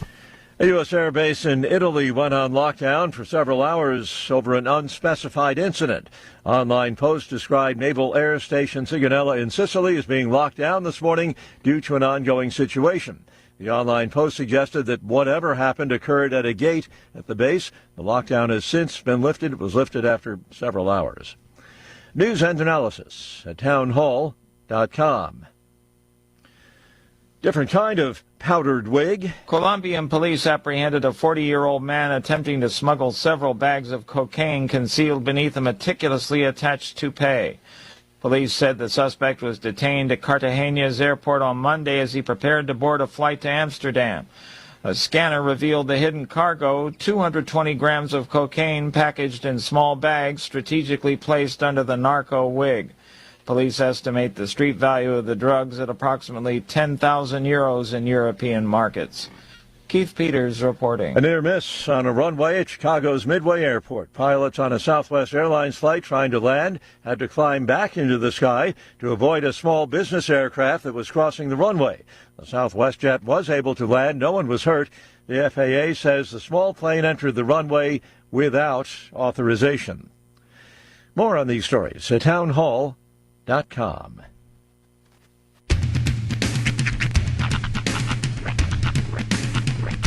What in the wide, wide world of sports is going on here? I promise you, whatever scum did this, not one man in this force will rest for 1 minute until he's behind bars. Now let's grab a bite to eat. Yeah, come on. I feel the hot wind on my shoulder and the touch of a world that is older. I hit the switch and check the number. I leave it on and then I slumber. I hear the rhythm ringing through it. Flamenco guitar and cumbia music. I hear the talking of the DJ. The travel listen, what does he say? I'm on a Mexican radio. I'm on a Mexican radio. Broadcasting live from high atop the J.P. White Building in downtown Roswell, New Mexico. It's Mornings with Mike Winters on 106.5 Roswell's Talk FM. Is that what I sound like when I talk? Now, here's your host, Mike Winters. And good morning. It is 6 minutes after 9 o'clock. Welcome to hour number 3. I'm just here so I don't get fined.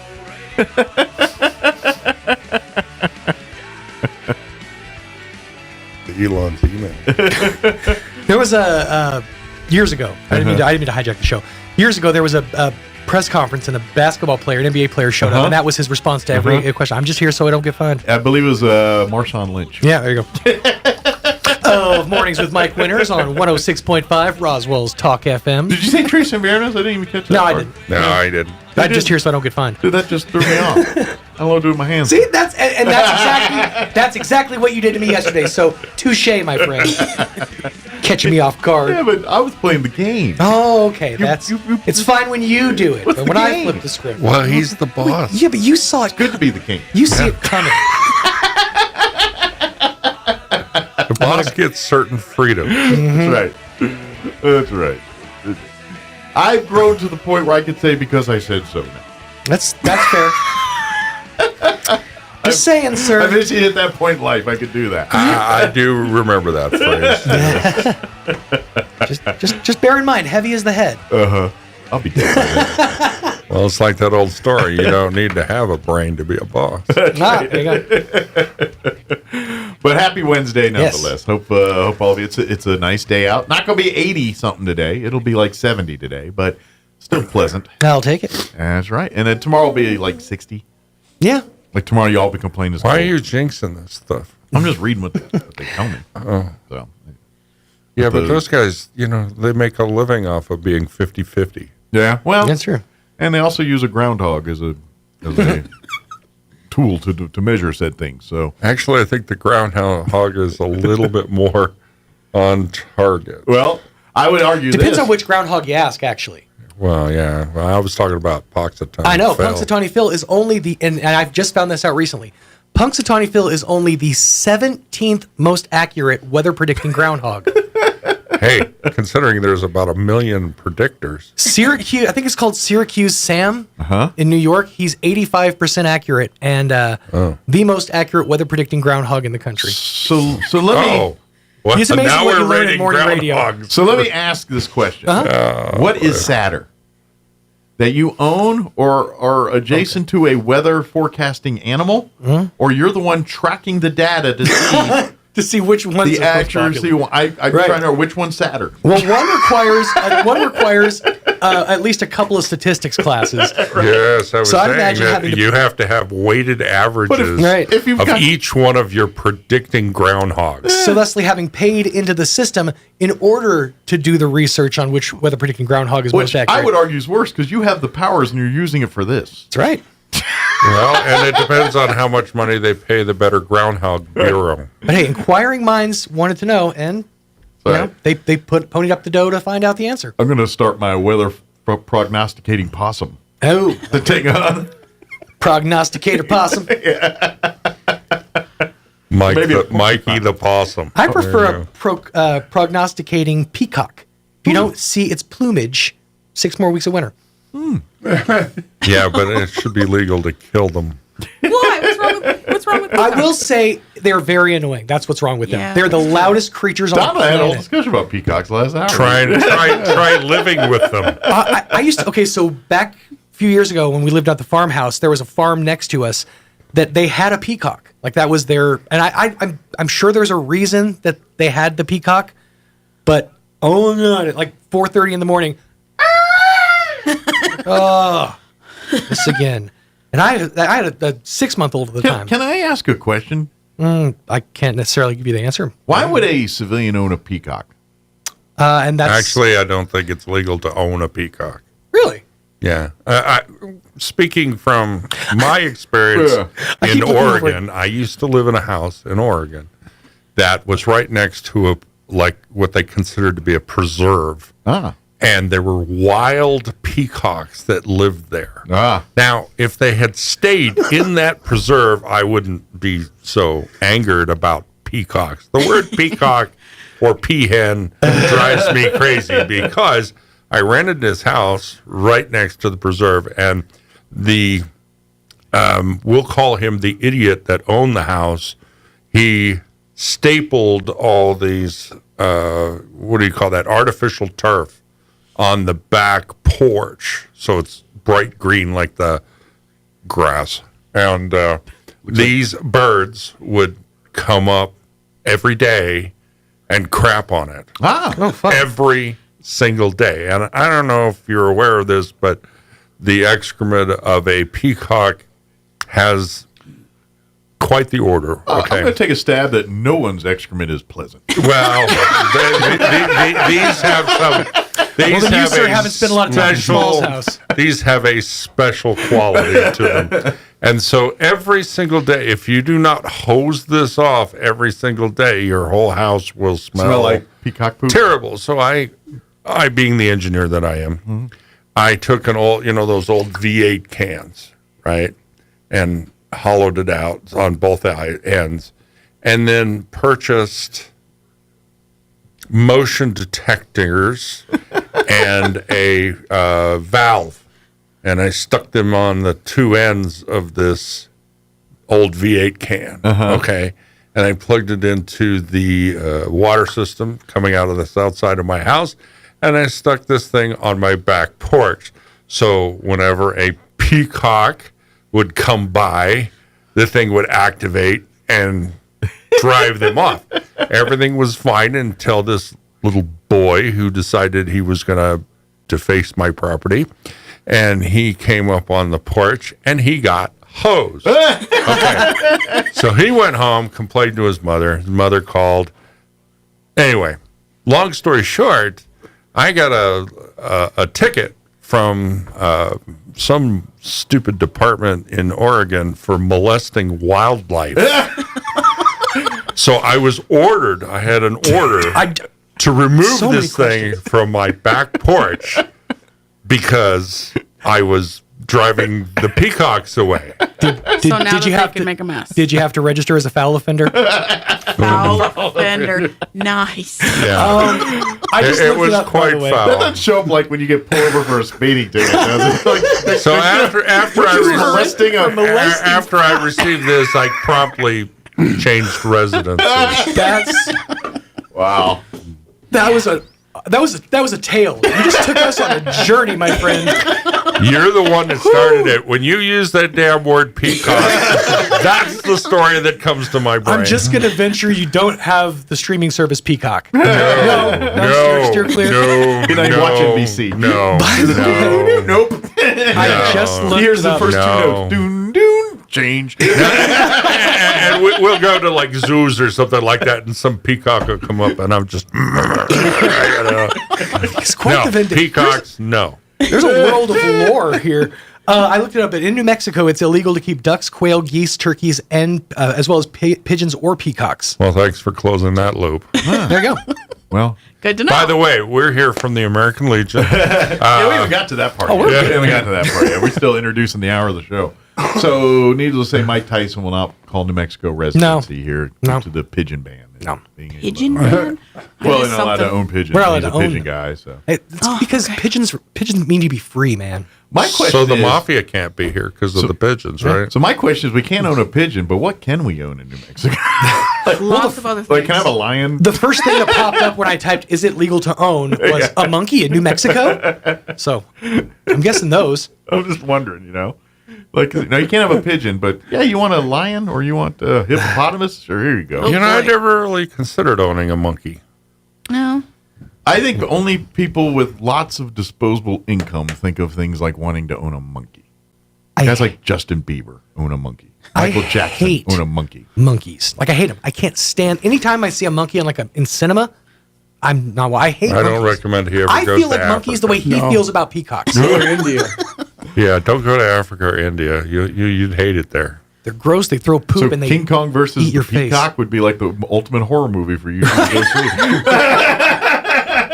Sounds like it, I would love to see a giant peacock try to take on King Kong. Call it it. Yeah. So, filmed in that very much Japan, Mhm. style, claymation. All right, we should probably officially get the hour going. Yes, we do have the folks from American Legion Post 61. They're going to join us here in just a bit. Give us an update on No what's more happening peacock there. stories. No more. But we're not even talking about chicken. nothing with birds. But anyway, we'll have that here in a bit. Before we do any of that, though, let's go ahead and get you up to date on the weather. I'm meteorologist Steve Hamilton with your Pecos Valley weather. Little cold front on the way in. That'll be arriving late today and tonight. In the meantime, we'll stay fairly mild, about 70 for Roswell, 74 at Carlsbad, and 72 at Artesia on today's high. We should get sunshine. It will be a little bit windy. Maybe a shower overnight, cloudy, and we're in the upper 30s. And then we're back to sunshine on Thursday, but it will be a little cooler, highs near 60. That's your latest forecast. I'm meteorologist Steve Hamilton. Thank you, Steve. Currently 57 degrees here in Roswell. Humidity is at 25%. Winds is a little breezy. Yeah, my weed tree's moving. Out of the north at 20 miles per hour. Sunny today. Expect a high near 70. Winds currently out of the north at 20 miles per hour. North winds at 15 miles per hour today. So, yeah. I hate when they do that. 5 to 10 and the current 27 miles an hour. Like, that's not what's in your weather report, dude. Anyway, we're looking at a chance of sprinkles tonight after 8 p.m. Not the clown, but actual sprinkles of rain, I think. Mostly cloudy with an overnight low of 40. Northeast winds at around 10 miles per hour. That chance of sprinkles continues when you wake up tomorrow morning until about 11 a.m. Mostly sunny and cooler tomorrow. Highs near 60. Winds out of the north at around 5 miles per hour. Tomorrow night, clear skies, overnight low of 33, south winds at around 5 miles per hour. And then Friday and the weekend, we warm back up into the 70s. Friday, sunny and 73, south winds 5 to 10 miles per hour. Saturday, mostly sunny and 76. Sunny and 76 as well on Sunday. And looks like we'll be upper 70s and breezy on Monday, pushing 80 once again there. So we'll see.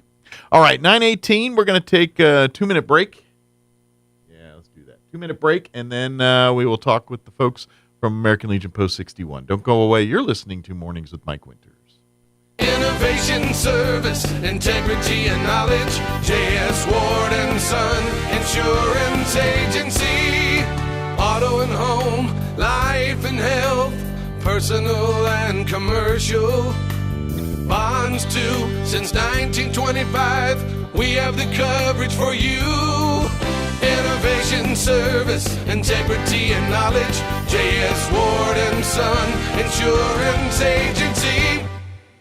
If you're missing a tooth or several teeth, a dental implant may be the ultimate solution. Implants look and feel so much like real teeth that you probably forget you have an implant. Maupin and Brown Dentistry is one of New Mexico's most experienced implant providers, with literally thousands of implant patients who are absolutely delighted with the results. Call Maupin and Brown today for an evaluation. You'll be surprised how affordable implants can be. Maupin and Brown, your choice for experienced, state-of-the-art dentistry.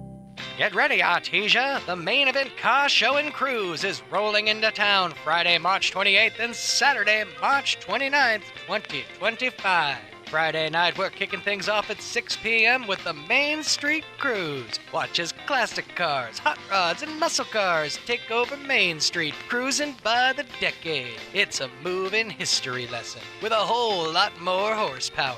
Then, Saturday from 9 to 3, downtown Artesia transforms into the ultimate car lover's paradise. Cars, trucks, motorcycles, bikes, even tractors. It's free family fun with music, friendly competition, and more. Want in on the action? Register your ride at artesiachamber.com or stop by 107 North 1st Street in Artesia. The main event car show and cruise, March 28th and 29th in downtown Artesia. Brought to you by the Artesia Car Enthusiasts, Artesia Chamber, and Artesia Main Street. Paid for by Artesia Luggage Tax. Here's a Mornings with Mike Winters fun fact. Men are 6 times more likely to be struck by lightning than women. That's because men are 6 times more likely to wear a tinfoil hat in a thunderstorm. Here's Mike Winters. True statement. I'm thinking it's just because guys are more likely to be outside. I don't think Possum Pete approved that much. Good morning. It is 20 minutes after 9 o'clock. And yes, officially joining us in studio this morning from American Legion Post 61, of course, Commander Lee, Auxiliary President Jen, and Don putting his Legion hat on this morning. He was wearing his he was wearing his Friends of Zoo hat earlier, and now he's got his Friends of Coffee Spill. Yeah. It had a protected lid. We're good. So. Yep. But I apologize for trying to hijack your show earlier with with my American Legion intro. Well, we got a peacock story, so that was. I told you not to say that word again. But for folks not familiar, of course, our American Legion Post 61 family joins us on the radio here each month. Just give an update on what's going on through our Legion and really veteran stuff. There's just a lot of things going on. This time of year is kind of with legislative stuff. There's, you're seeing, I'm guessing there's a little bit of an ear to that. Yeah, for sure. I know there's a veteran symposium coming up here in March that they're putting together that a lot of people are involved with. But kind of day-to-day stuff, Post 61, just doing our thing and, scholarships, working with the cemetery, just doing what we normally do. That's kind of business as usual right now for Legion. Is that pretty safe to say? Mm-hmm. Yeah.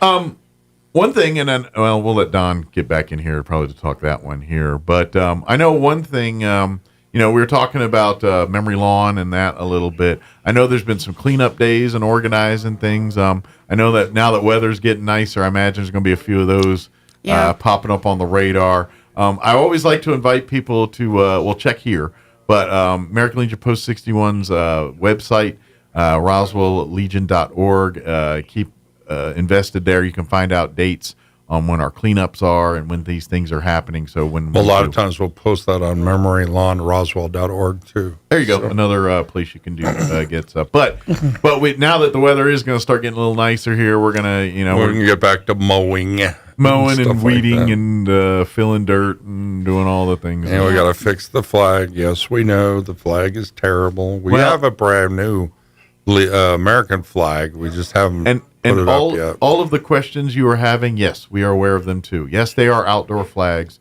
Yes, these are the ones that are meant for the things. It's very windy. It's very New Mexico is very hard on flags. And after a couple months, a flag just doesn't hold up to that weather. Yes. It doesn't hold We're up up to to that the wind. point where we probably got to replace this thing twice a year, and so we're starting a new fund up to replace these flags. So if anyone would like to contribute, $5, $10, $20, what have you.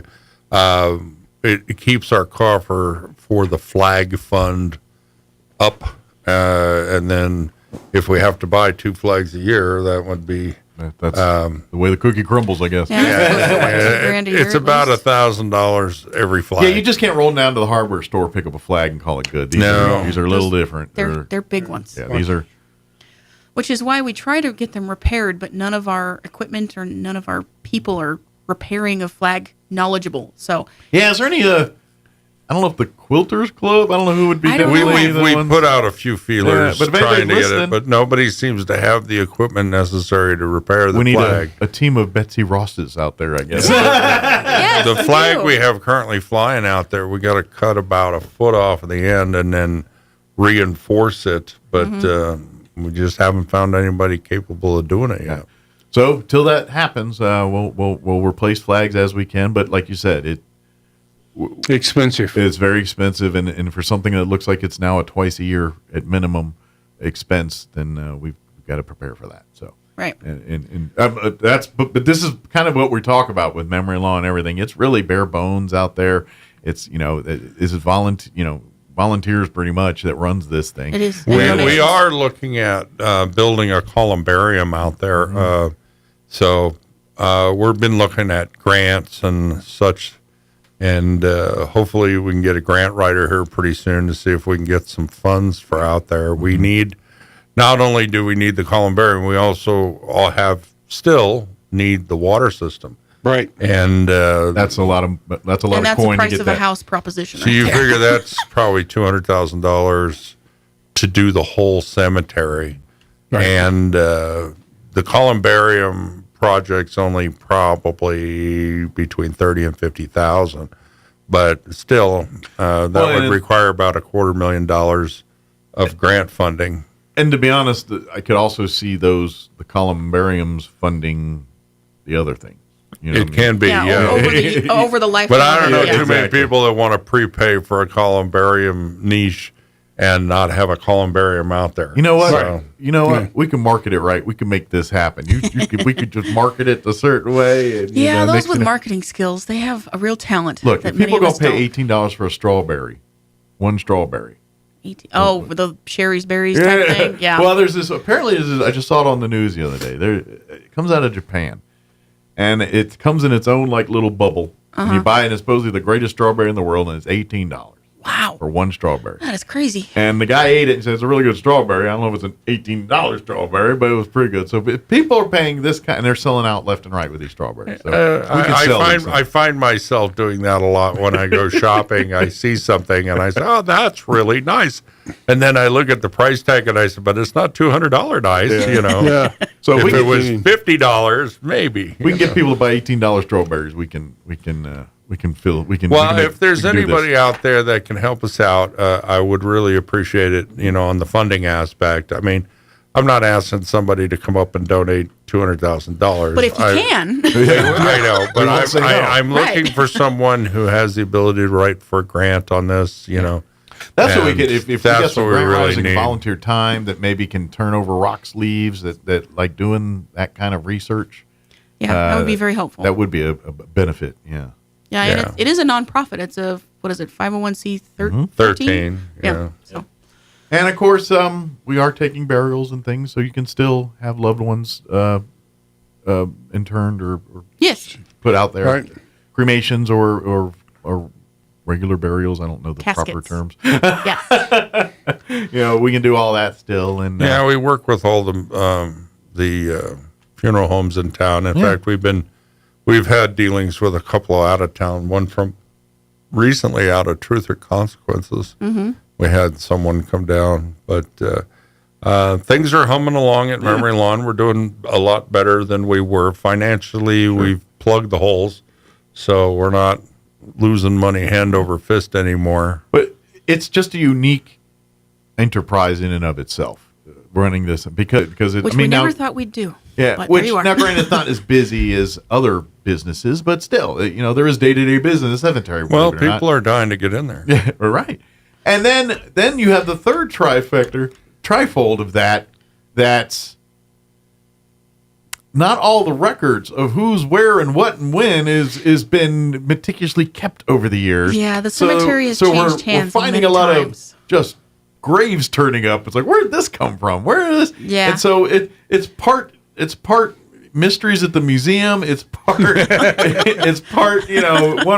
Well, that's business running. not quite as bad as Night of the Living Dead. But, Yeah. but Yeah, it's that would be it's awkward. been a struggle to get it under control. I've been working that database now for over a year, and it's coming along. I haven't done a lot of development on the other aspect of it yet because I haven't had a lot of time to program. But as we get deeper and deeper into this, it'll get more and more efficient.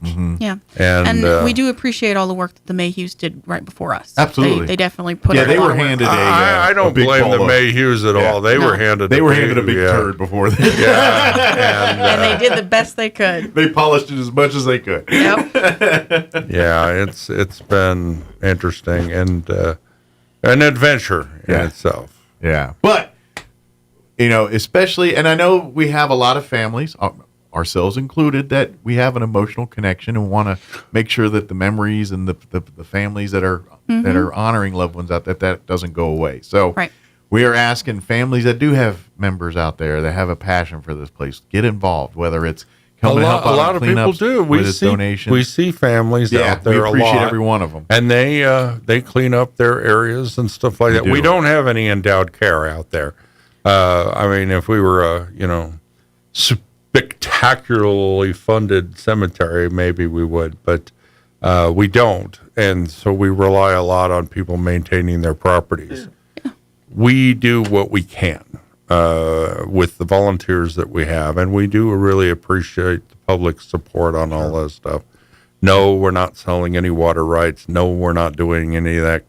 I mean, I'm still getting inquiries about that. No. That's the thing everyone wants. Yeah. And there's vultures circling people. Well, no, everybody just assumes that we're going to do that. I We know. we are not going to do that. No, we want to water it that place. We just got to find a way to get we the need water the to water. everything. Yeah. Right. Yeah. I might be willing to lease a little bit of water just because there are some state and federal requirements that I do so. But currently, I don't have any contracts for that right now. But we would entertain maybe one contract to do something like that. But we're not going to sell them. Yeah. So. Maybe used a Peter. But if I might transition a little bit, February we had Four Chaplains. We did that over at Roswell High School. Yep. We enjoyed it. I think that the ceremony came off pretty well. Ceremony was good. Very lightly attended. It was sparsely attended, but then again, it was the first time for us doing it. It was also at a Friday Roswell High after school, and everyone had about 37 things on their brain, I think. And I suppose we were low yeah. on the list, I'm thinking. So. Probably. I'm thinking that next year, if we did a little bit more planning and had some more advertisement, maybe we could beef that up a little bit. But we feel it's a very important ceremony, and we'll continue to do I it. wish there was some kind of public event around that time of year. Like a farmer's market chili cheese festival type thing that'd be going on cool. at that time. But there really isn't, so I don't know. Yeah. How we work Well, that. we could do the one in February to honor the Four Chaplains and then do another one as an educational thing. That's true, I too. suppose. We could do it more than once a year. Yeah, that's true. There's no law. I mean, we do it in February because of the dates and the history behind Right. it. But And if anybody's interested in the Four Chaplains, I did recently coalesce all of the notes from the namesake of our post that created this unique ceremony for us. I did publish it on roswelllegion.org, so if you want, you can download the PDF. It's in a book format. Well, like we said, one of these days, we'll have to do it here on the radio, too, maybe. Just Yeah, do a that'd be thing. kind of fun. Kind of neat or something. I know it doesn't have the same effect. as Maybe we'll being do. it Maybe we visually. can see if we can get in on like a school assembly or something. Yeah. That might work. Coming to a town near you. We go bust in like the Kool-Aid Man. Right? There you go. So March is Legion birthday. So we'll be Whooping it up. 100 and started in 19, so 106 years old. Yeah, sounds about so right. that's around mid-March. Okay. We got that going on. I don't know what's going on building-wise, if anything. We're in the middle of contractors and plans? Oh all that yeah, kind of stuff in it? the contract. Well, the engineer is still got the drawings. He's still going to be working on that. However, I think because of the floods, I think they're involved in. His dance card got busy. Yeah. Continuing to do things related to the flood. So ours has been kind of pushed aside slightly. That makes sense. Yeah.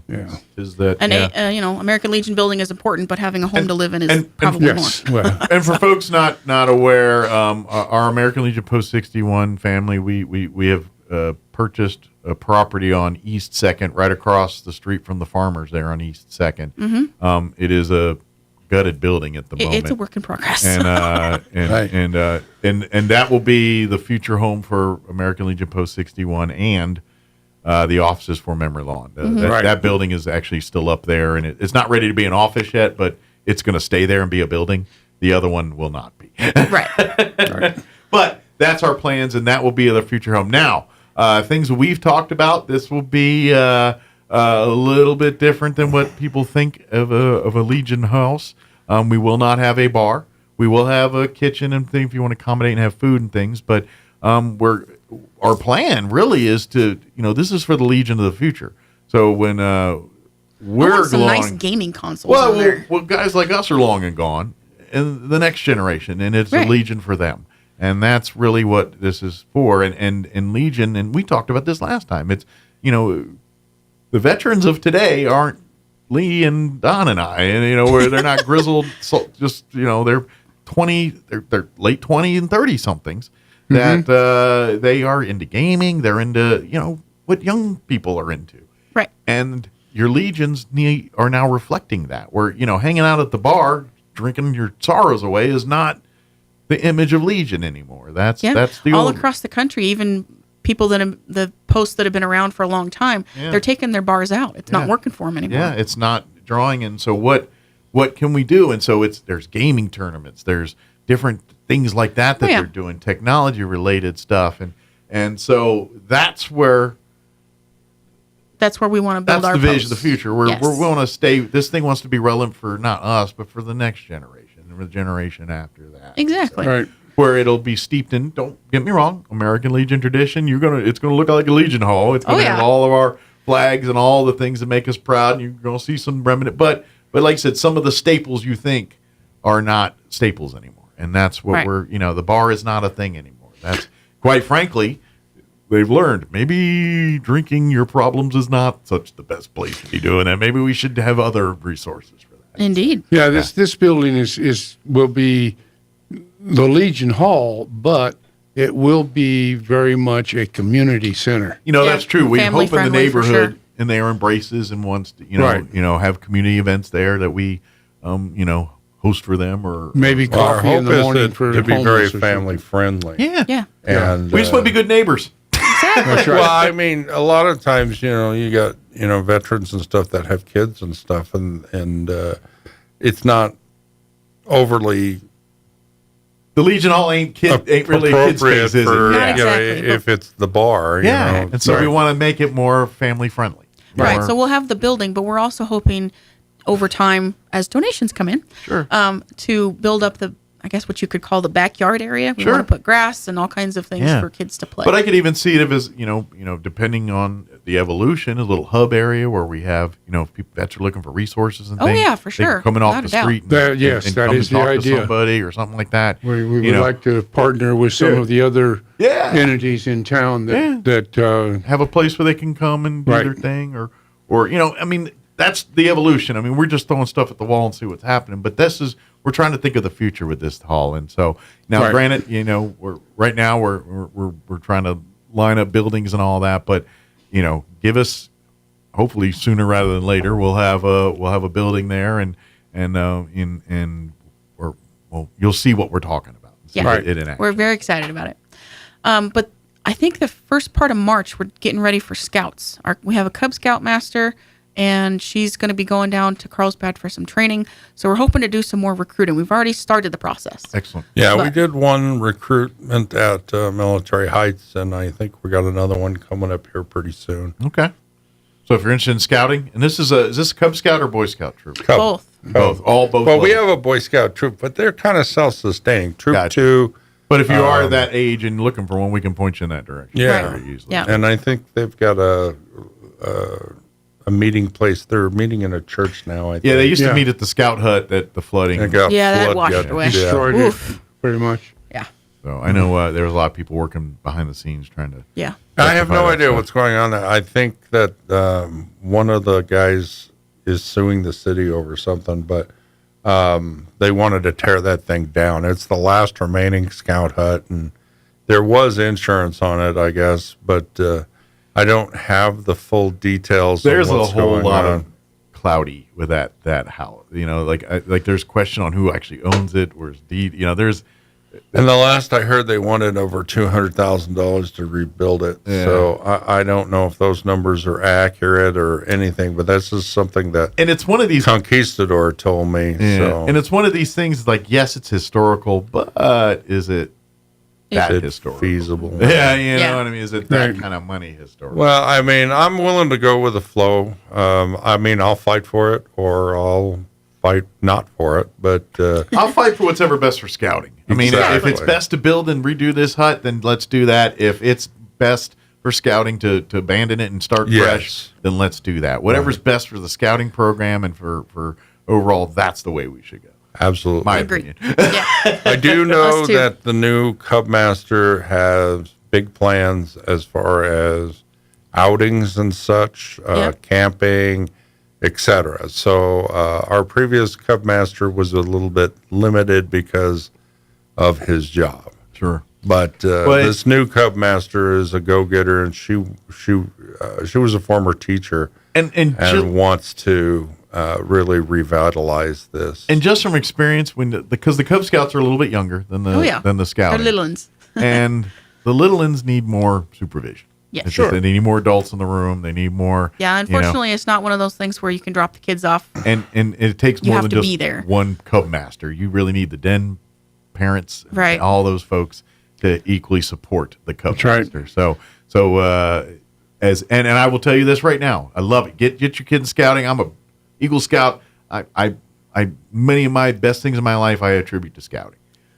That being said, for Cub Scouts, be committed. When you join it, especially in Cub Scouting, it's a family thing. It is. You know, the child is and the parents are equally involved, and especially at that level. As they get a little older and a little more independent in the scouting, they're going to start branching away from you. But in that Cub Scout area, the moms and dads, almost are de facto Cub Scouts themselves, just because they serve in that capacity. It's vital that they be there. Yeah, exactly. It's so important, and it's best for your kid. It's best for the program that way. So, and I highly besides, it's a lot of recommend fun. I highly recommend if you want to get your child involved, which you should, but also be prepared. You are going to have to commit as well, because think of this as a family thing, not just a my son or my daughter thing. This is a family. But it's a wonderful learning opportunity, and they can make lifelong friends. I mean, there's a lot to be said for scouting.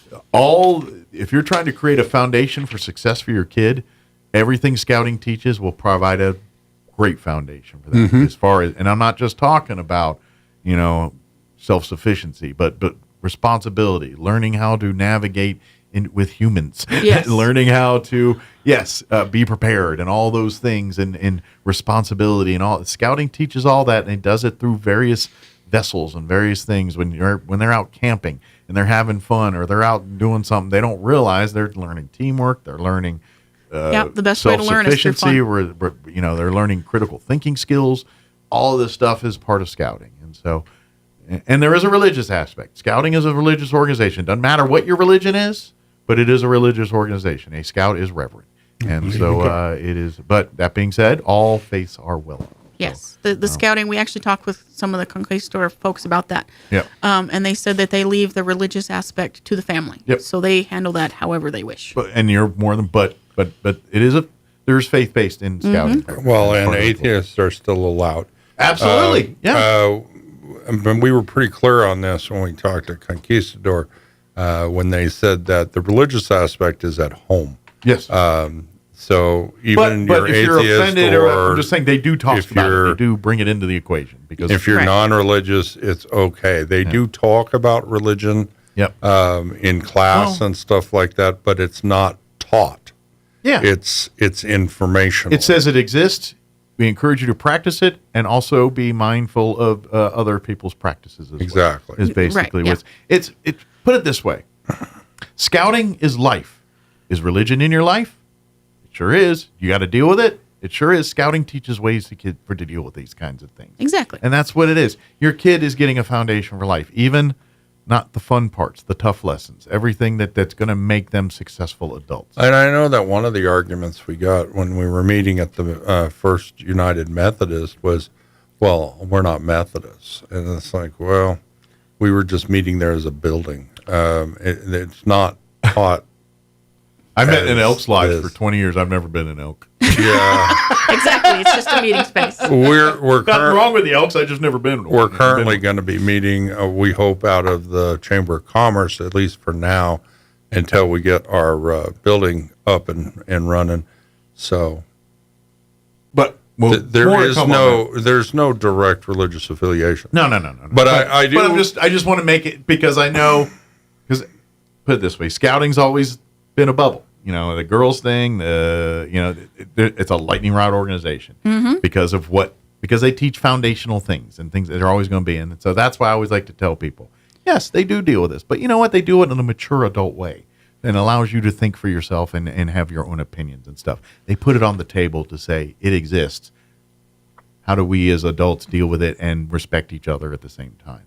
And I'm sorry, that's a good lesson. It is. And if you in anything other than that, is the ostrich syndrome, sticking your head in the sand and just hoping it goes away. I do want to bring up, moving back to the Legion a little bit here. Starting March 1st, generally speaking, that's the season that we start collecting flags. If you need your flags retired, etc., we will come and pick them up for you and all that stuff. So and retire them properly. Yes, we generally do that in June, but starting in March, we do kind of start our drive to picking up flags. Yeah. Which, considering how windy it's been, it's probably about time to retire it anyway. A lot of times I start getting right. I start getting calls from banks and stuff like that they have flags that they need. Well, yeah, if you got maybe the one you hang out in your front yard, start look a little peaked, we would take that off your hands if you'd like to retire. Well, we'll be happy to take them off your hands, and we'd be happy to retire them properly. Sure. And when we do our retirement, come out and join us. We'd love to invite folks. If you've never seen one firsthand, want to know what it's about, we'd love to have you. And there's usually food involved. Usually, and one more person to put out fires in case we get crazy. Yeah. Yeah. Well, that's what the fire department's there. The fire department's there to keep us wrangled. And they enjoy having fun with us too. I do believe we will have representation at the symposium this year. Yes, coming up here later. Did you register for that already, Yes, John? I did. Yeah. So we'll be out at the fairgrounds. It'll be in the Hobson Hall. Do you remember the dates? It's either like the 26th or 29th. I don't. Something like that. I did get a call from Department of Veterans Services about this. And the Health Council's kind of. I said, I'm pretty sure we already signed up. So. Yeah, we did. Call 211. They've got all the information about the Veteran Symposium. But yeah, it's at Hobson Hall. It's in March, like the 20-something, 6th or 9th or something like that. I think Don's looking that up. I don't remember off the top of my head.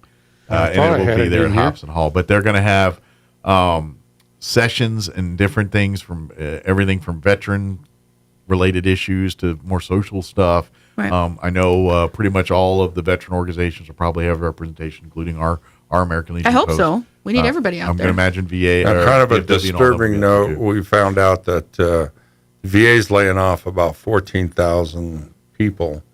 But the statement that's coming out of the VA right now is that care is not going to be compromised. Now, I do know that there are inherent delays that happen because of stuff like this. So it may take a little bit longer to get an appointment or something like that. But we're being told, as in we, the American Legion, are being told that these items are going to be addressed forthwith, and they're going to beef up their community care efforts. So a lot our veterans might be pushed to the community as opposed to which, considering how rural driven to the Seabach and of course Albuquerque. And to be honest, I've always I don't want to get all political or get into this thing, but I'm not doing this from political stuff. But I mean, just talking about the VA in general. I know, but my opinion on this thing, that's political, is the way I see it, the way the VA should handle this, just like health insurance. I need a doctor. I go to the doctor. I give you my VA card. You take it, no questions asked. That's how it should be.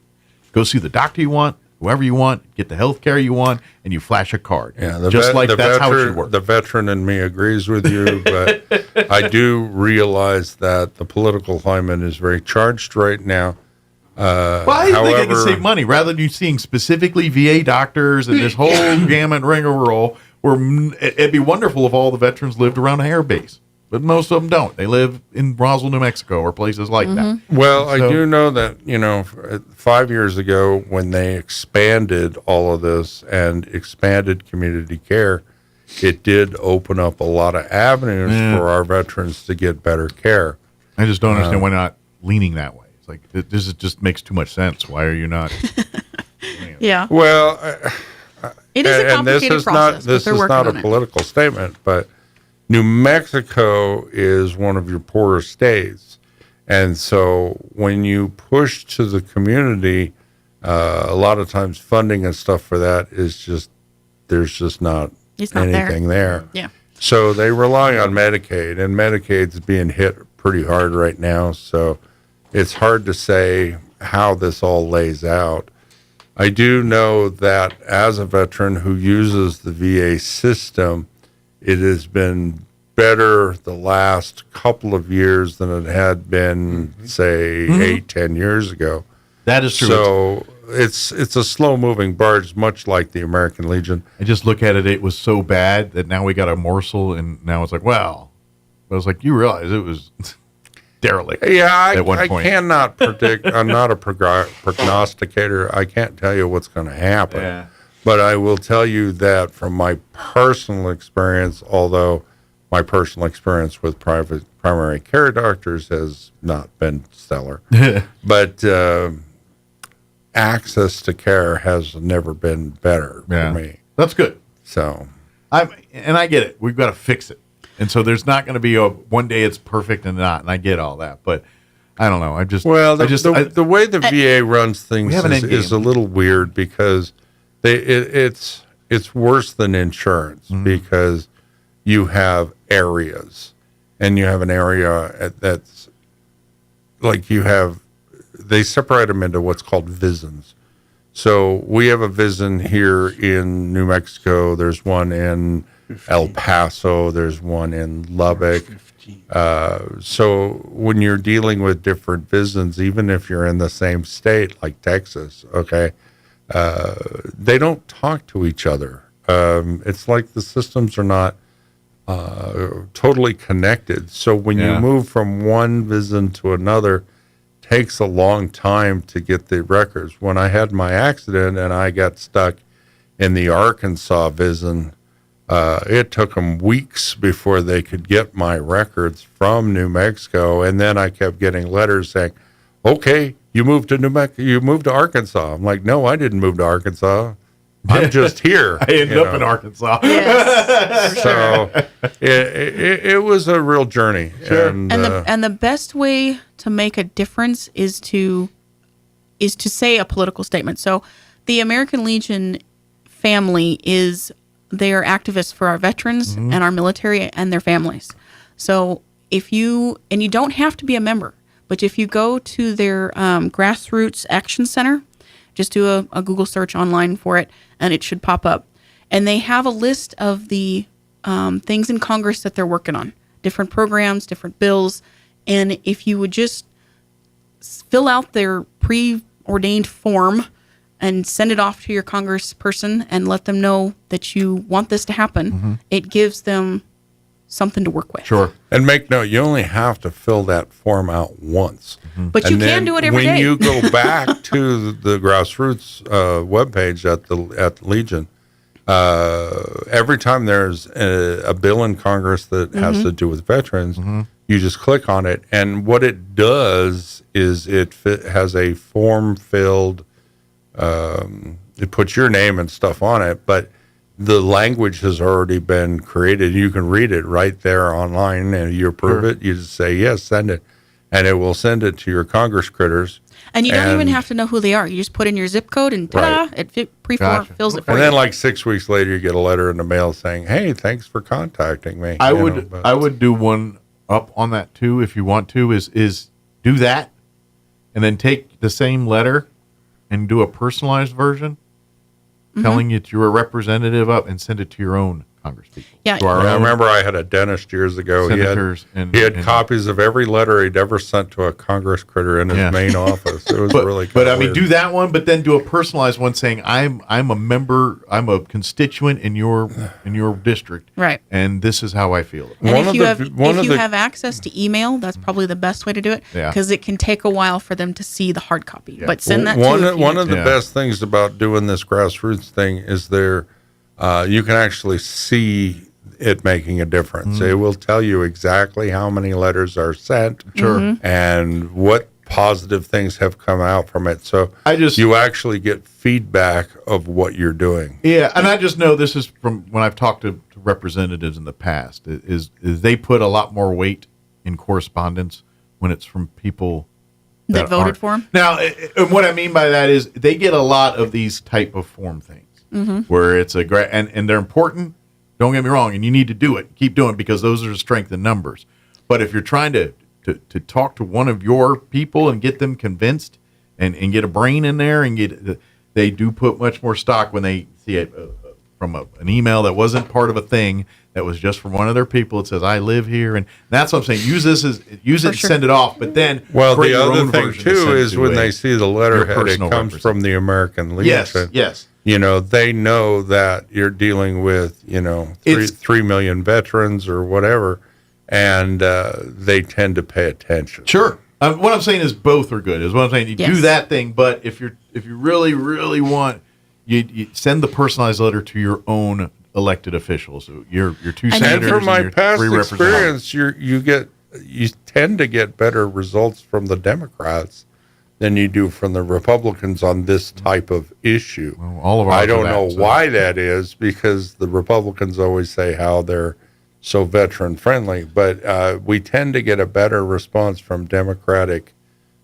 Congress critters than the Republican Democrats are ones. better at PR than Republicans. That may be what the case is. I don't really care what side of the aisle anybody is on. Me too, but I'm just telling you. But I'm just saying that in the past we found that these mail-in things tend to do better on the left side. Absolutely. But get involved. Do that part. That's the point we're saying. And you However can also do sign up for alerts. So if something comes down the pipe and it catches your interest, say, "Hey, yes, I want that too." Absolutely. RoswellLegion.org is our website. Go there, learn more scholarships. We're getting into that season too. Next week we'll be deciding on some scholar. I only currently have one application. Okay. Well, go onto our the website. Current scholarship. We could give away as many as 5 this year. 4 is our norm, but I know that there's one person I talked to yesterday that's been trying to get their daughter to reapply. So every 2 years you can reapply, and these are $2,500 scholarships. Nothing to sneeze at. I will say, if you don't need it, I'll take it off your hands. Right. There you But go. RoswellLegion.org, there's a tab there for scholarships. On the right side, yeah. Click on that, and it'll have the application process, requirements, everything you need to know there. Right. And if you have any questions, you can call us at 575-268-0220. Very good. Yeah, and the board will be meeting the first Thursday of March. Next Thursday, yes. Next Thursday will be our annual monthly meeting, right? Right. Yeah, it's the end of the month this annual. week. So Not annual. Our monthly. I said annual monthly. Yeah, I covered all bases. Our monthly meeting will be next Thursday. 6 p.m. at the chamber. I did get the Travis County Symposium, March 29th at Hobson Hall, 10 to 2. Very good. I know it was like 6th or 9th. I couldn't remember which one it was. Something with it. Yeah. But anyway. March 29th. Yep. And that's a good. Please register 211 more information on all that symposium stuff. They're Health Council's kind of the spearheading it for this year. So. Come say hey. We may have candy. Yeah, that's right. There's always baked goods at Allegiant. Exactly. Yeah. Thank you, guys. We'll see you next time. Thanks. Appreciate it, Mike. All right, 9:58. Quick break before they kick me off the radio. Don't go away. In a medical emergency, every second counts. Artesia General Hospital's emergency department is open 24/7, staffed with highly trained professionals ready to provide life-saving care when you need it most. Don't wait. When minutes matter, trust Artesia General Hospital. Quality emergency care close to home. Learn more at artesiageneral.com. Take your career to the next level. If you have mechanical aptitude, the Crumlin Auto Group wants to talk to you. Make real money without driving to the oil field. Certified master technicians can earn up to $70 an hour. Entry-level technicians start at $20 an hour with free training and tools. The Crumlin Auto Group offers competitive wages, health insurance, a 401k, housing assistance, and a sign-on bonus of up to $20,000. You could be making over $150,000 a year. Apply today at KAGNM.com. KAGNM.com.